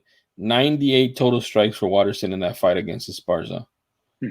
98 compared to this fight. 361 in two more rounds, just 2 more rounds. Insane, man. She's so fast, dude. Like the way that she throws, like it's punch, kick, punch. It's like it was insane. She was landing those. What was it? The that push kick. Or was it the push kick that kept landing? The front teak. It's like a teak. They call it a teak or teep. Yeah, just constantly kept pushing and keeping Angela Hill at bay. And off balance, not able to set her feet, not able to come forward. She was I know she was looking out for it in the last 2 rounds. And when you do that, that's when you've won, because then they're not able to set their feet, throw the jab, or throw the combinations or whatever you want off of it, because they're waiting for you to throw that so they can reset automatically. And that's a big part of that strategy with that kick. Another thing with the takedowns, even though they weren't, she wasn't getting the takedown. A lot of times it was going into the clinch, and Watterson was ruling in the clinch, which is funny because that's normally where Angela Hill lives. Yeah, because she has a Muay Thai background, and she's really good. She's really good with Muay Thai. That's one of the things that I think who did that very well. I think it was Anderson. Anderson Silva would like throw or try to get a takedown, but all he was really trying to do was get into the clinch. He was just trying to close the distance, and that's exactly what Watterson was doing with it. Yeah. So good fight. Wondering who's next for Watterson. I'm gonna go ahead and look at the rankings real quick, real quick. And guys, we promise we will get to Covington versus Woodley. Not the entire card, but we'll look at it real quick. But so I'm gonna pull up the rankings real quick. At Strawweight, we have Michelle Watterson at 8. So Goodell's at 7. Esparza's at 6. Monstrov's out. The rest is just top tier. Is Joanna, Tatiana, Andrade, and Namajunas. I'm assuming Namajunas is getting the fight against Zhang. I don't think there's anybody else that's gonna get that fight. She's never fought Andrade. I'd like to see that. That'd be interesting. Seeing the walking down power that Andrade has versus see if she can basically do what she did to Angela Hill in this fight. If she can do it to the bigger Andrade. Yep. And I think she could handle. I think she could handle Andrade, which makes me think if Andrade can be champion, then maybe Watterson can be too. She has to have the right matchup. Yeah. You don't want Zhang or Namajunas, honestly. Who's Suarez fighting? I don't think she's fighting anybody yet. She's kind of like she's in that same like space where like Vicente was in for the longest at middleweight, where like no one wants to fight them, or maybe where Usman was before he became champion, huh? Or where Leon Roberts is right now. Where Leon Edwards is at, where like he's just Edwards. I don't know why I said Roberts. Where no one wants to fight him because you're like, one, it's probably a bad matchup, but two, it's just what do I get from it? Like either I know I can't beat you, or you're not worth it because I'm above you. It's just it's that weird space that you just kind of have to wait out. Yeah, that'd be a bad fight for Watterson though, man. Yeah. So good fight. And Angela Hill, I believe she's still ranked. She's still at 13, so she's not out of it yet. Maybe a fight against Ribas or Tisha Torres. There's a bunch of fights that she could take at that. Ribas. I mean, I'm always down to see Ribas fight. She's one of my favorites. But she's still not above Grasso. Grasso's still number 1. Oh, we all know that. Everybody knows that. Everyone knows that. It's never gonna change. But yeah, great. It was a great weekend of fights for sure. Also, I didn't watch any of them, but there was some Bellator too. Two Bellator events. Did I get to watch? I think I did see some of it. Let me see. You get to catch them. I caught some of the highlights, but not the full fights. You got to see Kat Zingano fight again.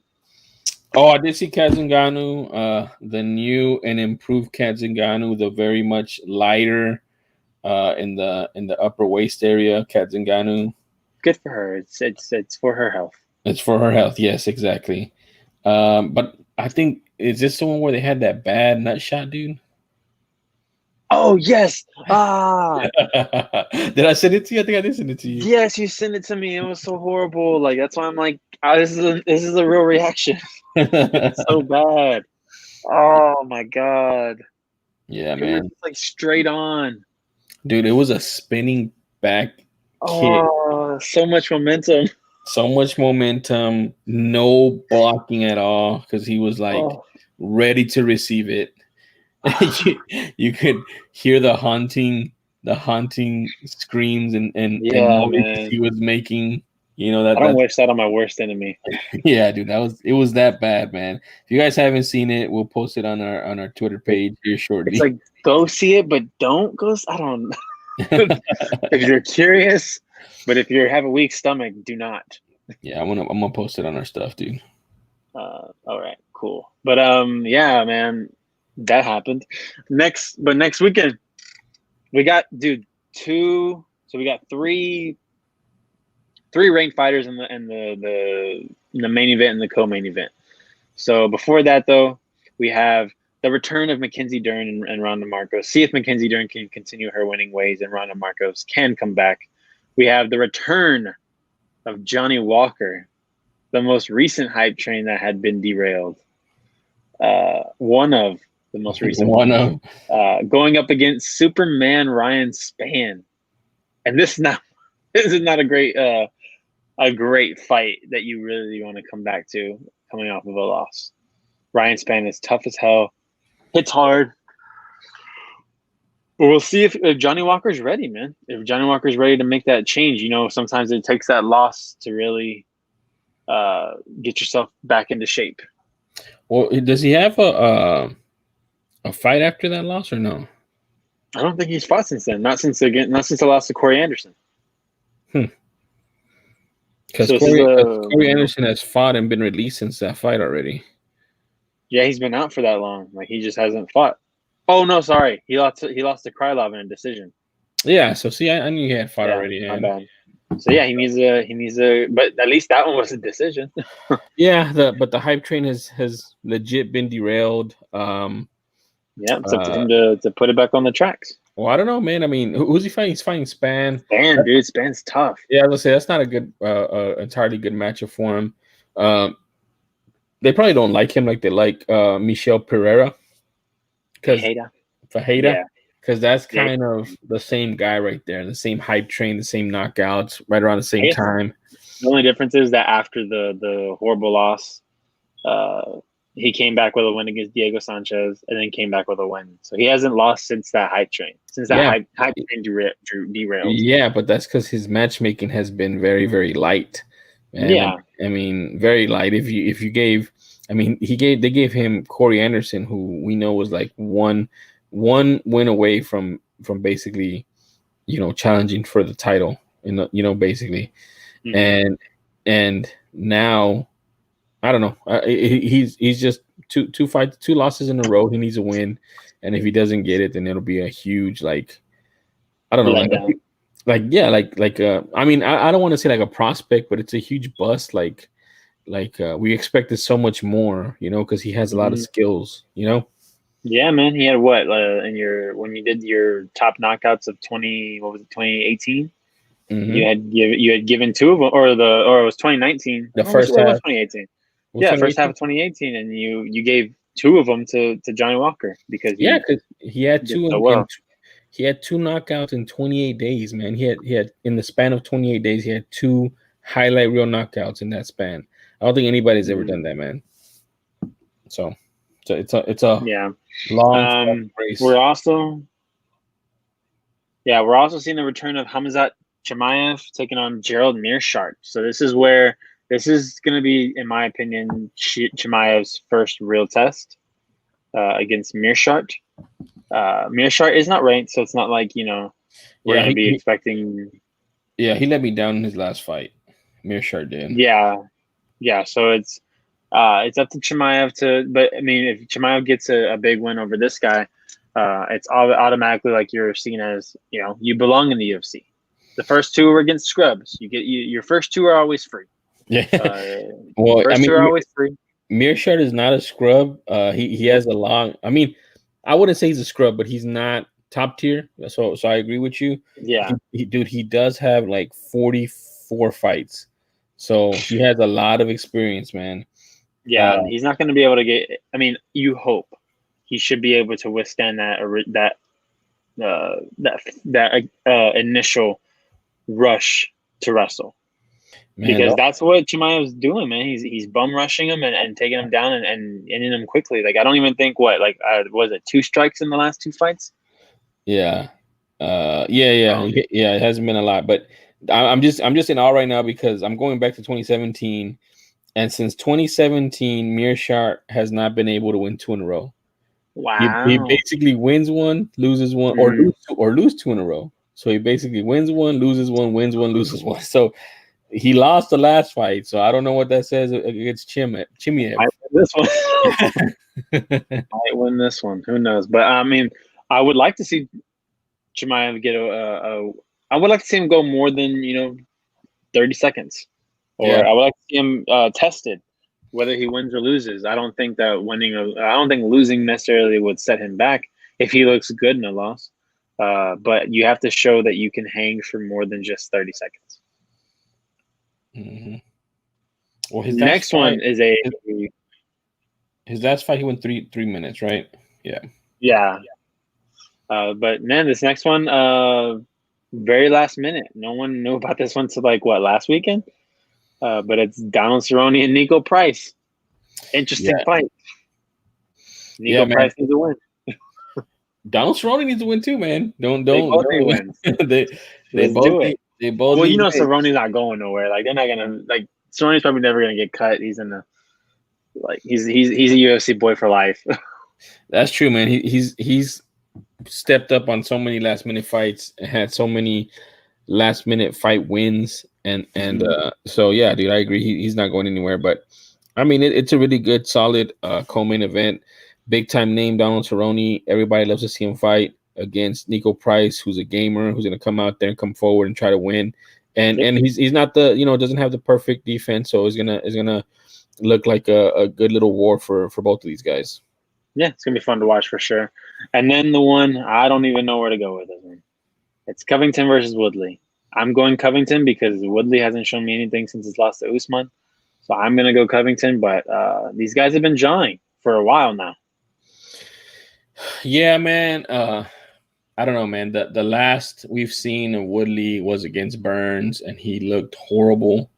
I'm hoping that it's because ring rust or coming off an injury or whatever, because that's a shell of Tyron Woodley. That's not what we've been known. That's not, I mean, we've seen him trending that way because he doesn't throw a lot. He didn't throw a lot. He started not throwing a lot against Wonder Boy, and fans and pundits chalked it up to, well, it's just a style. He couldn't be aggressive because if he opened up, then Wonder Boy would have a lot of openings and knock him out. But that trend kind of continued after those fights as well. He didn't throw a lot against Darren Till, and people said, "Oh, it's because Darren Till's so much bigger. He has so much power. He didn't want to open up. Again, excuses because he stayed champion. He beat Darren Till, and then we saw Usman, and he didn't throw against Usman either. So if he's gun shy, man, I mean, this is a bad fight for him because Covington's gonna come forward, put pressure on him, and he's going to throw. Covington is going to throw. So if we see that Woodley, the Gilbert Burns Woodley, this is an easy fight for Covington. If we see the old Woodley that he's capable of, then Covington has some potential flaws in his game where he's going to probably get caught by a big overhand right or a fast punch that he doesn't see coming. But right now, my gut tells me that Woodley's on the downside of his the back nine of his career, and Covington is still ascending. So I think I'm gonna pick Covington at this point. Yeah, you hate to say it, but yeah, I agree. All right, man. Let's go ahead and get into some NFL to close out this night. Hold on, real quick, man. You get to talk about Grasso. I gotta say, Mackenzie Dern is fighting. Not an easy fight against Randall Marcos. I just want to drop my 2 cents in there. It's still gonna be fun to watch, though. Huh? So it's still gonna be fun to watch. Definitely gonna be fun to watch. You can definitely feed an army. So we'll go from there. Let's go. Let's not get in trouble now. I mean, neither of our significant others watch this show. Yeah.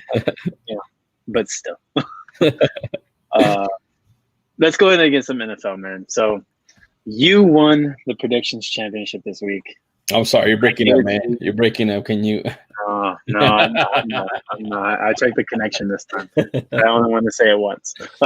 No. You won fair and square. I took chances on a couple of games. I took chances on the wrong games because there were some upsets. I just took chances on the wrong ones. I should have went Arizona, and I almost did, but I did. And you know what? F you, Fat Randy. Hey, but what about that Tennessee game, man? And then the Tennessee Denver, that game was. F you, Goskowski. Give me a second. What's up, bud? Come here. Let me just get my girlfriend to come in here and get Eli. He's waking up. Let me look. In the meantime, I'll be looking up the games coming up. All right. Man, I took chances on the wrong games, and a couple kickers cost me some games because I honestly, dude, Denver's gonna be a problem this year. I really honestly think so. They run such a fast-paced offense, and Drew Lock doesn't like. I didn't think he belonged in the NFL, and now he 100% belongs in the NFL. Yeah, I mean, he's in a good setup. They believe in him over there in Denver. They got a good defense around him too. I mean, it was a low-scoring game against Tennessee. But I feel like this year for them is going to be, and obviously with all the stuff going on, different things going on, it's going to be a learning year for them to kind of put that offense together, that high powered offense together, and just get him more. He needs more reps, man. He just needs more reps, more experience, seeing different defenses. And but I definitely agree. They're going to be something. They're going to be a problem going forward. They're going to be gamers. They're going to be a team that I think is going to hang with whoever they're playing with. Like if they're playing up against a team that scores low, I think they're going to score low.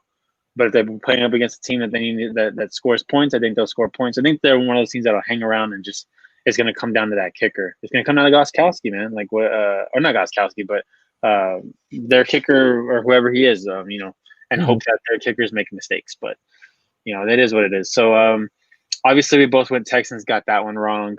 We both went Bills. That's right. So that's 1-1. I went Vikings. You went Packers. Vikings really disappointed me.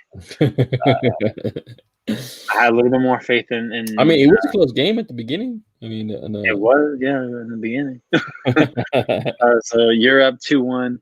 Then you have neither of us guessed this, but the Washington football team gets the win there. They came back. Yeah, neither of us predicted this. The Jaguars get the win over the Colts. Yep. We both go Ravens. 1, 2, 3. We both went Raiders, right? Who were they playing? I have it pulled up. It was against the Panthers. We both went Raiders. Went Raiders. So it's 3-4. We both went Bears. Mm-hmm. I don't think I wrote that one down for you. My bad, dude. Yeah, we did. We both went Bears. Yeah, but I'm saying I don't. Oh, I did. Okay, I never mind. I'm wrong. Yeah, we both went Bears. So that's why 4-5. Both went Seahawks. 5-6. Both went Patriots. You went Chargers. I went Bengals. Fuck you, Fat Randy. Dude, they should have won that game or at least tied it. It was ridiculous. Joe Burrow played so good. Joe Burrow played very well, man. So he's. I was very proud of him. Yeah, he did a good job. The only reason I'm not upset I didn't start him is because I started Ben Roethlisberger, and Ben Roethlisberger got me big points. Next up, both of us went 49ers, and we were wrong about that one. And the thing is, neither team looked good. I don't think neither team looked especially good, and the Cardinals still pull out the win. That's very, I would say, alarming. Well, yeah, that's alarming because they're gonna be a problem because I don't know if you saw their number one wide receiver set a record for his most catches in his career in one game for 14 for 159 yards, and when targeting the number one wide receiver, Kyler Murray was 14 of 16 for 159 yards, and for the rest of the team, he was like, I don't know, 4 out of 10 or something like that, something crazy. So it's very. Huh? Who's the Cardinals' number one receiver? I don't know who it is. I just know that if we can find a number one receiver like that, it would probably help our offense. For sure. But, I don't know. I'm not a GM, or a head coach, or a GM and a head coach, and for that matter. Yeah, because the guy we got rid of was only worth a 2nd-round pick. Yeah, not a 1st-round pick, and definitely not an extension because he's not that good. Anyway, hold on. I'm happy for him. Let me tell. Yeah, dude. It just sucks that he's not on our team. But let me tell you the exact numbers on him, real quick. Hold on. I have him here somewhere. Oh, come on.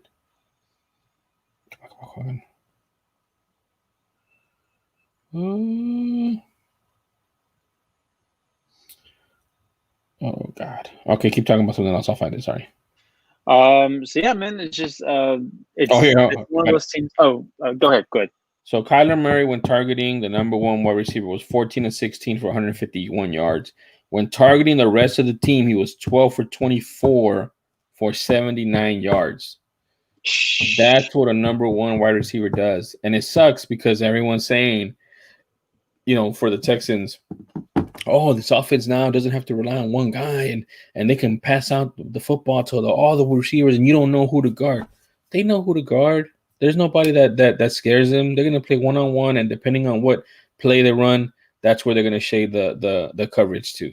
It's ridiculous, man. It's not. It's rocket science. That's why people move up to get a number one wide receiver. That's why you give up number one pick for Amari Cooper.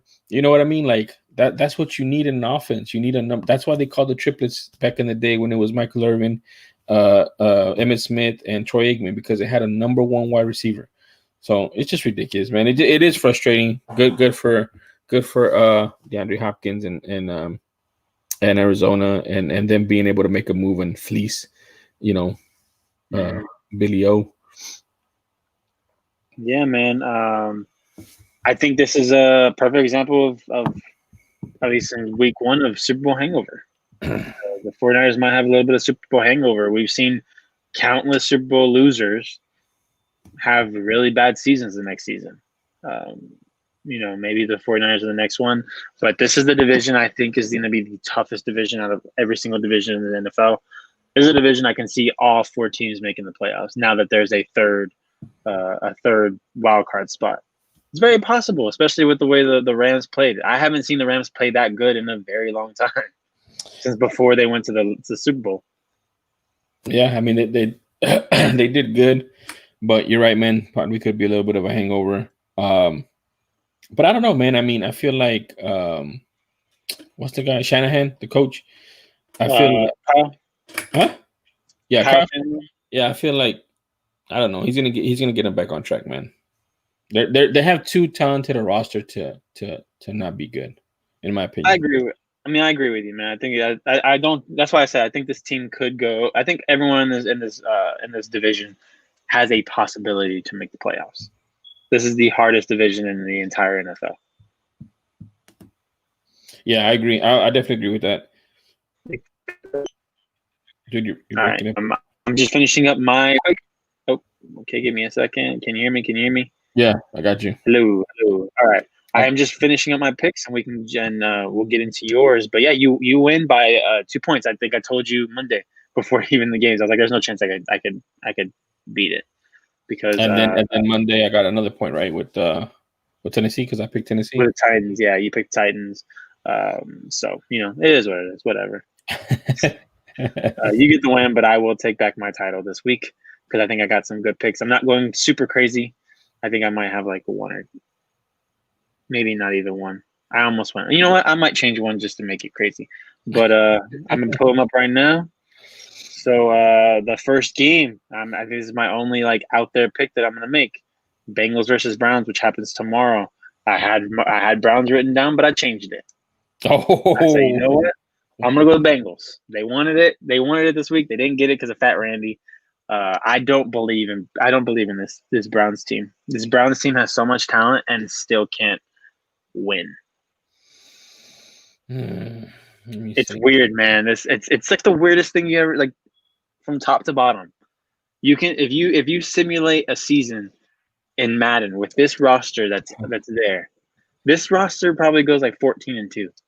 It's just a losing atmosphere, man. A losing organization. Yeah. They need somebody to come in there like Bill Belichick, and pay them a godly amount of money and say, we fired you once and we messed up. Now fix us. Yeah, man. It's bad. It's hard to pick them in any game. So I am gonna go I am gonna go the Bengals in this one because they were so close to beating a team that I think some people have as a good team. I personally don't think the Chargers are going to be as good as people think they're going to be, but I'm never really up. And I think with Phillip Rivers' performance in this last week, you can kind of see why I always kind of dislike the Chargers. I always just thought Phillip Rivers is always a step below where he should have been. But I mean, this one it's Tyrod Taylor and all that, but they lose another guy like early on, and it's just this team can't stay healthy. They just don't seem to be able to win. So I mean, don't seem to be able to win when they're supposed to. So that's why they won. They won this past week. The Bengals were hanging in there though, so I'm gonna give this one to the Bengals. I think the Bengals pull off the win against the Browns. I was gonna pick the Browns, but I'll pick the Bengals just because I don't want to go down early on you in the first game. Week. So I'll pick the Bengals. I don't know, man. I feel like it's at Cleveland, but obviously that doesn't mean a lot right now. And I don't I did like how Joe Burrow played, so I'll give it to Cincinnati. Yeah, same here, man. I think that's the main thing is Joe Burrow. Joe Burrow has just been a little bit more impressive, at least in the first game than Baker was. Yeah, agreed. All right, next up we have Giants and Bears. The Bears, man. The Bears. The Bears. How about that win though? Like coming back, Trubisky looking damn good in a comeback win against the Lions. You know, DeAndre Swift drops a wide open touchdown in the thing, yep. But you can only control what you can control. That's right. You had to go down there and get a touchdown. You went down there and got a touchdown. A win's a win, man. One thing I will say, man, is, dude, Matt Patricia, man, he has really not done a lot, man. And I thought he was. I thought he was gonna be one of these guys that broke the mold from the Belichick tree, just because he waited so long to actually make the move. And then I looked at his record compared to who was there before him? Caldwell? No, not. Is it Caldwell? No, it's not. It's not Jim Caldwell. It's was it Pagano? No, that was What the hell? Let me see. I think it was Caldwell, man. Well, Caldwell's not even coaching anymore. Yeah, but before him, who was? Oh, like that broke the mold. Oh, okay. I see what you're saying. Yes, it was Caldwell. It was Caldwell. I thought you were talking about the most recent coach from the Patriots that became a head coach. No. I'm saying for the Lions before. Yeah. Before and his record is better than Matt Patricia's record, and his win percentage is better. Yet he was fired after I think 2 years, and this is a third year for Jim Caldwell. We see it all the time. Black coaches aren't given the same leeway that white coaches are given. The big one I look at is Todd Bowles and the Jets.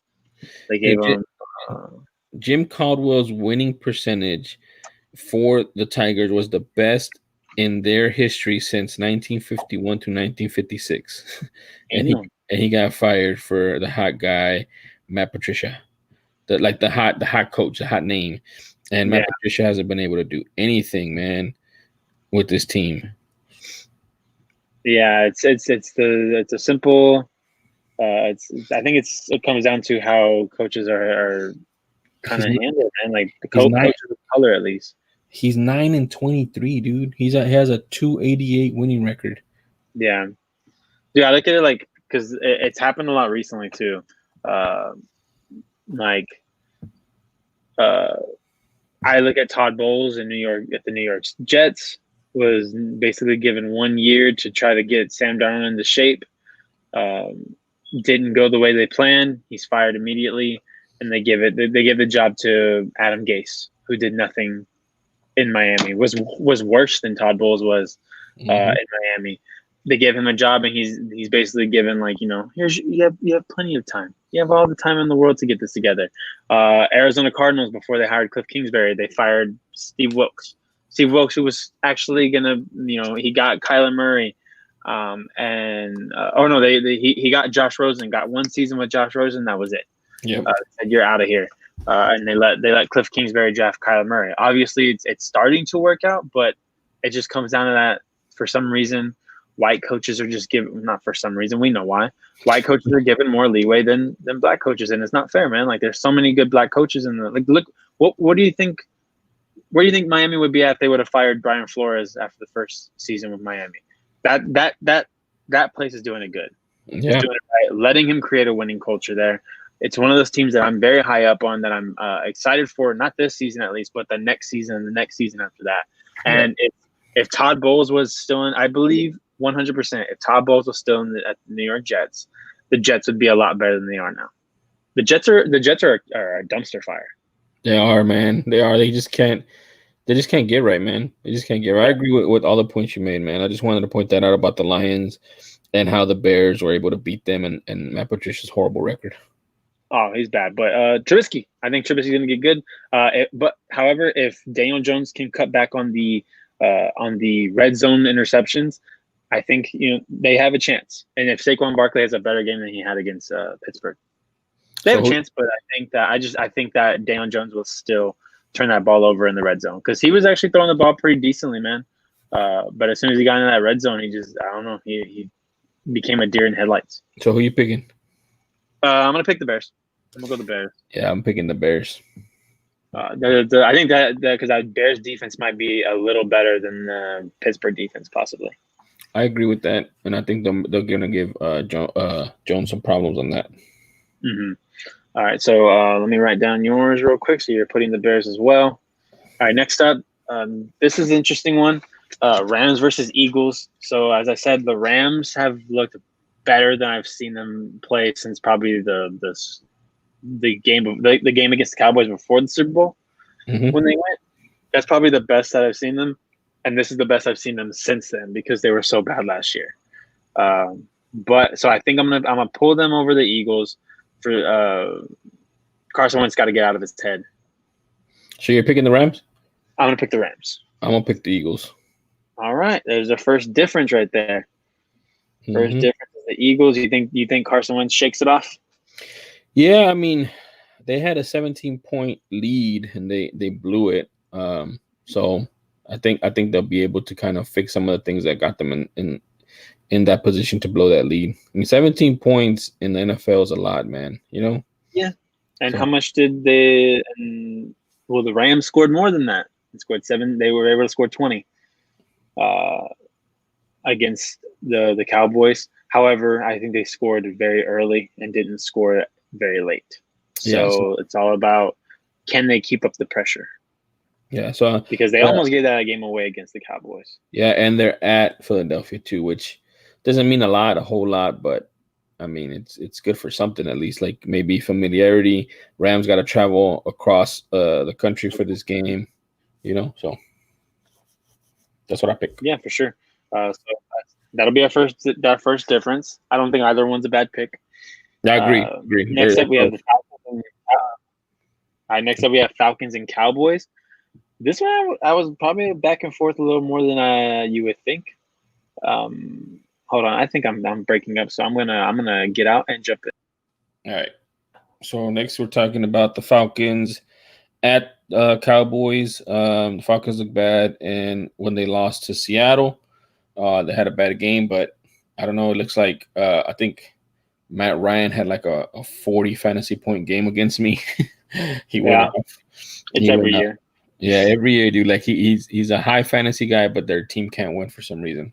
Yeah, so that's actually why I'm going to be going the Cowboys on this one. I picked the Cowboys. Yeah, I'm going Cowboys. I'm going Cowboys too. Okay. I just don't like Atlanta, dude, at all. Yeah, man. This is the longest Super Bowl hangover I've ever seen.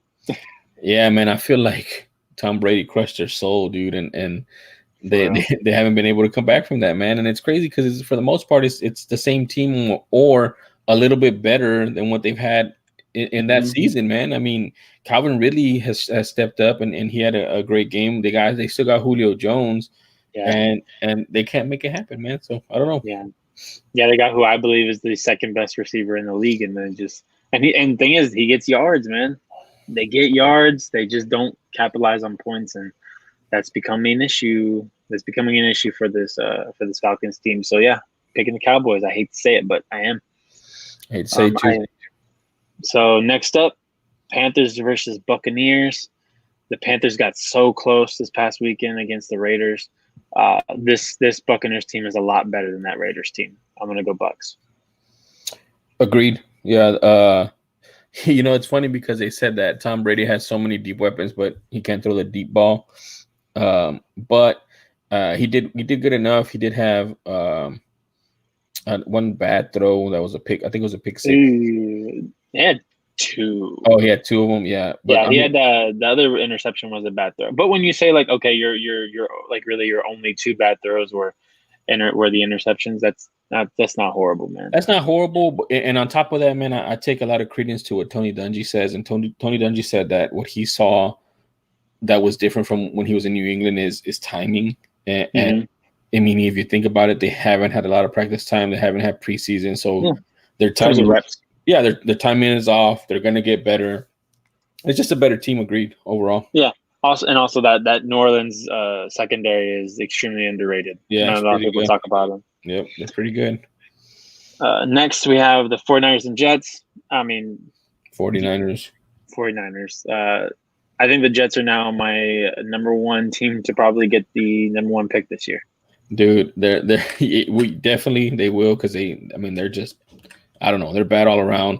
This is a team that there's a loser league that I was in for a while where you have to pick a loser every week, and you can't pick the same team the twice. Same one. Oh yeah. Man! So you have to save the Jets for a week where it's too ambiguous. You need it. Yeah, he's like, all right, Jets.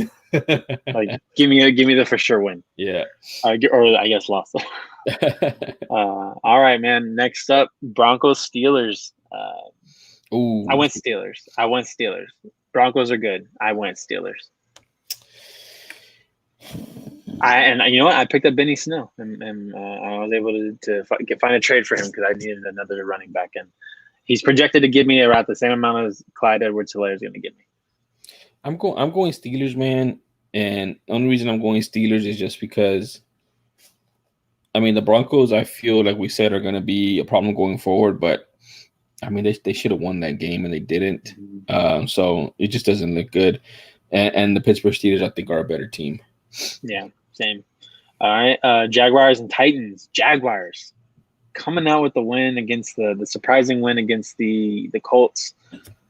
Can they do it against the Titans? Probably not. No. Like, let's be honest. No, the Titans are a team that are like, unless you like, you know, head and shoulders above them, if you're close with them, they're gonna beat you. You know, and I just feel that they're just better coached. They have better talent. They don't panic. I think that's a good thing that they don't panic. Like, I feel like the Texans panic. You know, O'Brien panics as a coach, and Vrabel just doesn't. You know, he just whether that's a quality of his or just he just doesn't know better. You know. Yeah. So who would have thought that the guy that you were talking about, Patricia, being the one that is the breaking the you thought was going to break the mold of Bill Belichick trained, turns out it might be a player who's because he didn't coach under Belichick. Nope. He's actually under the what's that guy's name from Ohio State? Urban Meyer. He's under the Urban Meyer tree, you know, and then the Bill O'Brien tree. But yeah, dude, I say Tennessee on this one. Same. Also, dude, they never find themselves in they very rarely find themselves in third and long because they have Derrick Henry. I was gonna say, because they got Derrick Henry getting 5.5 yards per carry, basically. So they don't ever have to worry about being third and long, and don't ever they put their quarterback in the right position to succeed. Exactly. So next up, Lions Packers. I think pretty easy to say. Packers. Yeah, I wasn't expecting the Packers to look that good. They look good, man. And the reason I know about the Packers and I keep an eye on them is because one of my keepers is Aaron Jones, Aaron Jones, and I just been reading a lot about them. You know, they're practicing their offense and what they've been doing, and you know, I've been hearing good things too about Aaron Rodgers and how he who they draft. I think what's that guy's name that they drafted, the quarterback, Jordan Love. Yeah, they're putting him under his wing, and he's been open to it. So it's kind of like I guess they're saying it's reinvigorating him or something or whatever. So I don't know, man. I think the Packers are going to be good this year. Same, dude. Same. I think they're going to take the division. Next up, Bills Dolphins. This is a close one, man. This is a close one. Is it only because it's a division game? Yeah, and it's at Miami. So who do you got? I'm going Bills, man. I think that this team is greatly improved from last year. I think that Josh Allen has taken steps that he needs to take. People sleep on him, don't believe in him. I think that he's going to be out of those. He's showing that out of that draft class that he was in, that he's the better quarterback because he's starting to surpass. He surpassed Baker. I think he was already past Darnold, and Josh Rosen is falling off the face of the earth. So I think that people sleep on him, and that defense it swallows you up, man. That D line is so good. Yeah. I mean, you got what's that guy's name? Oliver. Ed Oliver, yeah, Ed Yeah, Oliver. I think they're gonna be good, man. I think they're gonna be good this year, and I'm gonna take them over the Dolphins in a very close game, a drag out game. man. You know, I would probably pick the Dolphins, honestly, man. But I have Parker on my team, and it doesn't look like he's gonna be at 100%. And he's such a big part of their offense. Oh, Devontae Parker. Parker. Yeah, he was super limited today at practice. Yeah, and then he has a tough matchup against a very good what's the guy's name? Tre'Davious White, whatever his name is. mm-hmm. Yeah. So I'm gonna also pick the Bills, but if Parker would have been healthy, I would have probably leaned Dolphins. And I know it's easy to pick the Bills, but I think the Dolphins do have some things going for them, and I think they would have probably won if Parker was maybe at 100%. And he's not like the biggest thing is just they don't have any leeway. You know, if one of their stars is hurt, I mean, they're not going to be able to win. Yeah, that's what I'm saying. They just need a few more years. Yeah, a few more number one picks. That's all. I actually told my brother-in-law, because he's a Miami fan. I told him that I don't think the Dolphins are going to win until they put Tua in. So I'm gonna hold true to that. I'm gonna until they play Tua. I'm gonna keep saying they're gonna lose. Did you watch that game that they played? Yeah, I did. They played really good. The announcers were like, "Do you put Tua in? Do we put Tua in?" Like, no, man. Let him learn a little bit. And not against that team. And this isn't the team either. Yeah, exactly. And you can also count out Fitzmagic, man. I mean that magic is there for a reason. Every once in a while. Yeah. No, you know who you put him up against? The first game against the Jets. That's who there you go. First game against the Jets, you let him in. You let him go crazy. You need a little confidence boost. Put him against the Jets. Exactly. All right. Next up, Vikings Colts. This one was tougher for me. Very tough for me. 1 second. Let me make sure I went where I went. Damn. I went Colts. Ooh. I went Colts because I didn't like the way the Vikings played, especially on defense. And the area that you want them to play, that you expect them to be like top tier, they looked like scrubs against Aaron Rodgers. It's Aaron Rodgers. Yeah, but their offense wasn't bad though. No, they weren't. The offense was actually, when the offense outshines the defense, there's a problem in Minnesota. Yeah, because Mike Zimmer's a defensive-minded football coach, but that just tells you. Do you think he's going to let that happen 2 weeks in a row? And do you think that offense for the Colts is anything close to what Aaron Rodgers' offense is? Nope. That's why I'm changing my answer, because I just forgot. I totally forgot that their running back went down. Who's running back? The Colts? Yeah, he's out for the year. For the year? Yeah, he tore his ACL. Marlon Mack. Marlon Mack is? Mm-hmm. Dang, I should have picked up his backup. Nah, I have good running backs. I'm gonna go Vikings, man, just because, like what I said, Zimmer's not gonna let them go two bad games in a row.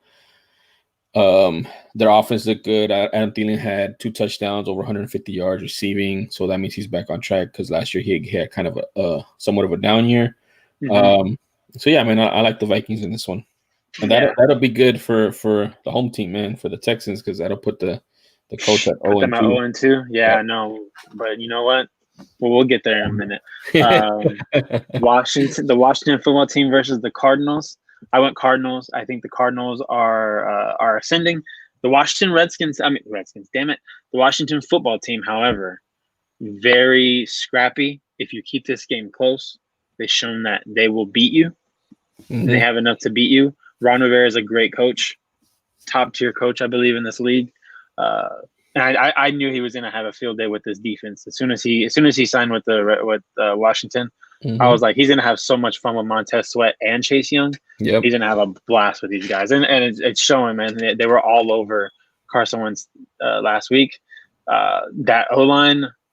Damn it, am I talking myself out of another one? That O-line in Arizona is not good.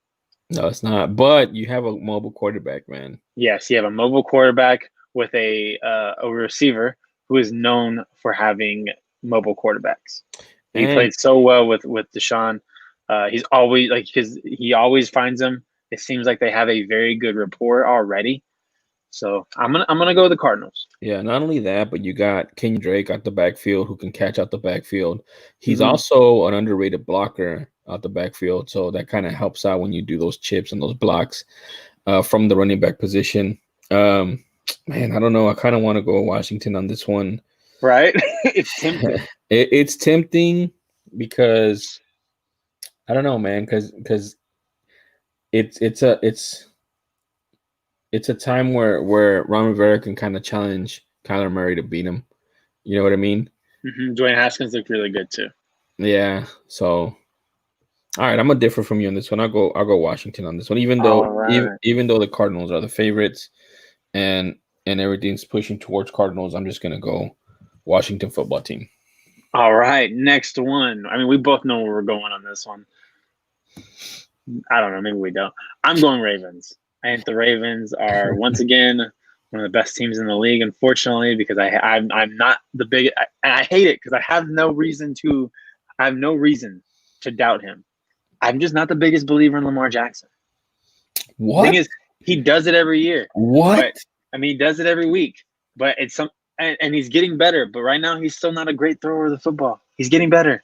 He's still not a great thrower of the football. You're a quarterback, and you're always leading your team. You're always leading your team in rushing yards.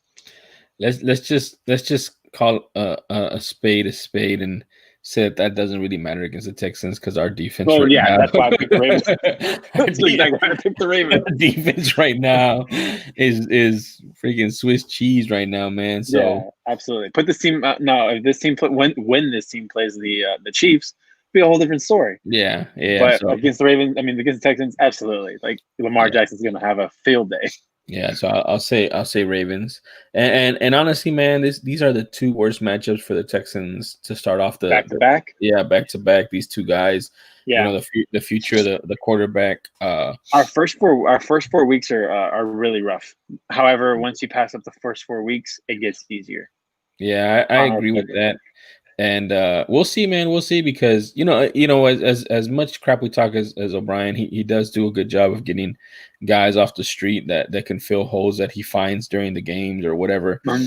So I'm hoping that he'll find some guys to fill some of these holes because the defense didn't look great last week, but it's hard to look great against Patrick Mahomes and that high-powered offense and Andy Reid's. Yeah, you know, and it's gonna be the same thing. Yeah, it's gonna be the same thing this week. It's gonna be really hard to look really good against this team. I guess the only good thing is their defense is a little bit depleted. You know, they lost C.J. Mosley. They lost. They don't have Earl Thomas back there anymore. So, you know, they could maybe go deep. But the only thing I can say, man, is if O'Brien wants to win this game, he's gonna have to play keep away, and he's gonna have to run the ball. And the one silver lining is the first half. David Johnson looked really good. He looked like old David Johnson, making those cuts, having that burst of speed. He had his longest rushing touchdown, or I think any longest rushing play since 2017 or something like that. Last week. Yeah. So fresh legs, man, and hopefully feed him the rock and keep the ball away from Lamar Jackson. Maybe you can get a W, but I got to pick the Ravens on this one. I agree. Last 3 to go. Let's kind of go rapid style here. All right. I think this one's pretty simple. Chiefs over Chargers. Agree or disagree? Agree. Chiefs over Chargers. Yeah, there's not really much else to say on that one. Next up, this one's gonna be a little bit tougher. I think you have Bill Belichick and the Patriots taking on Russell Wilson and the Seahawks. I think Russell Wilson is an elite quarterback. He's shown that year after year, constantly getting better. I am going to Seahawks in this one. Jamal Adams also shown to be of use and to be a really good pickup for the Seahawks. So I'm going to say them. They can stop the run. They can stop the pass.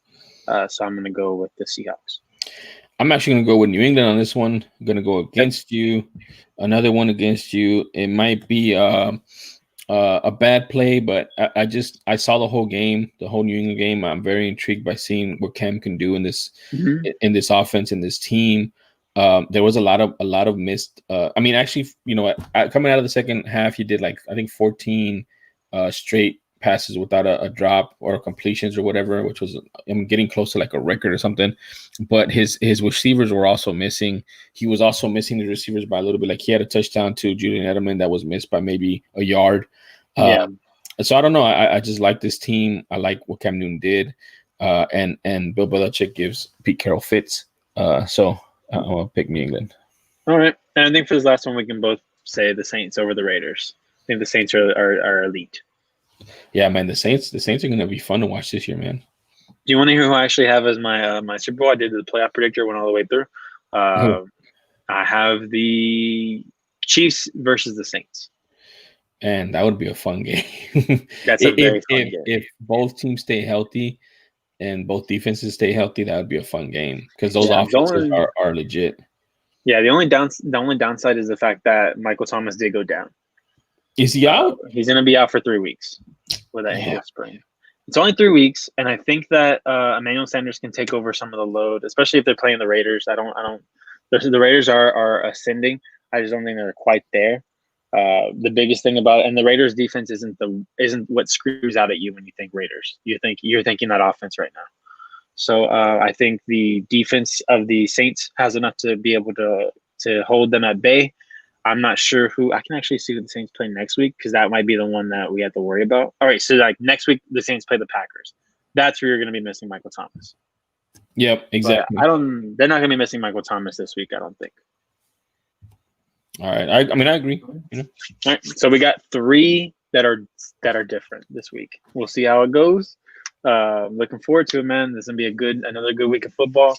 I'm so happy to have football back. It didn't feel that differently without the crowd. Not at all. Well, but it was interesting because the Texans game did have a crowd. It's about 17,000 fans. So that was the guinea pig. The guinea pig. I didn't think that was so bad. But the rest of the games, like you said, I wasn't worried about it, man. I was really focused on the gameplay, and I was very excited about it. And there was a lot of great gameplay, honestly. Yep.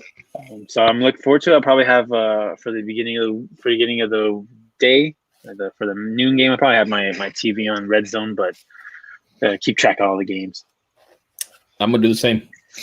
All right, man. Well, let's go ahead and close this show out. We had a great week. Broke down an entire card.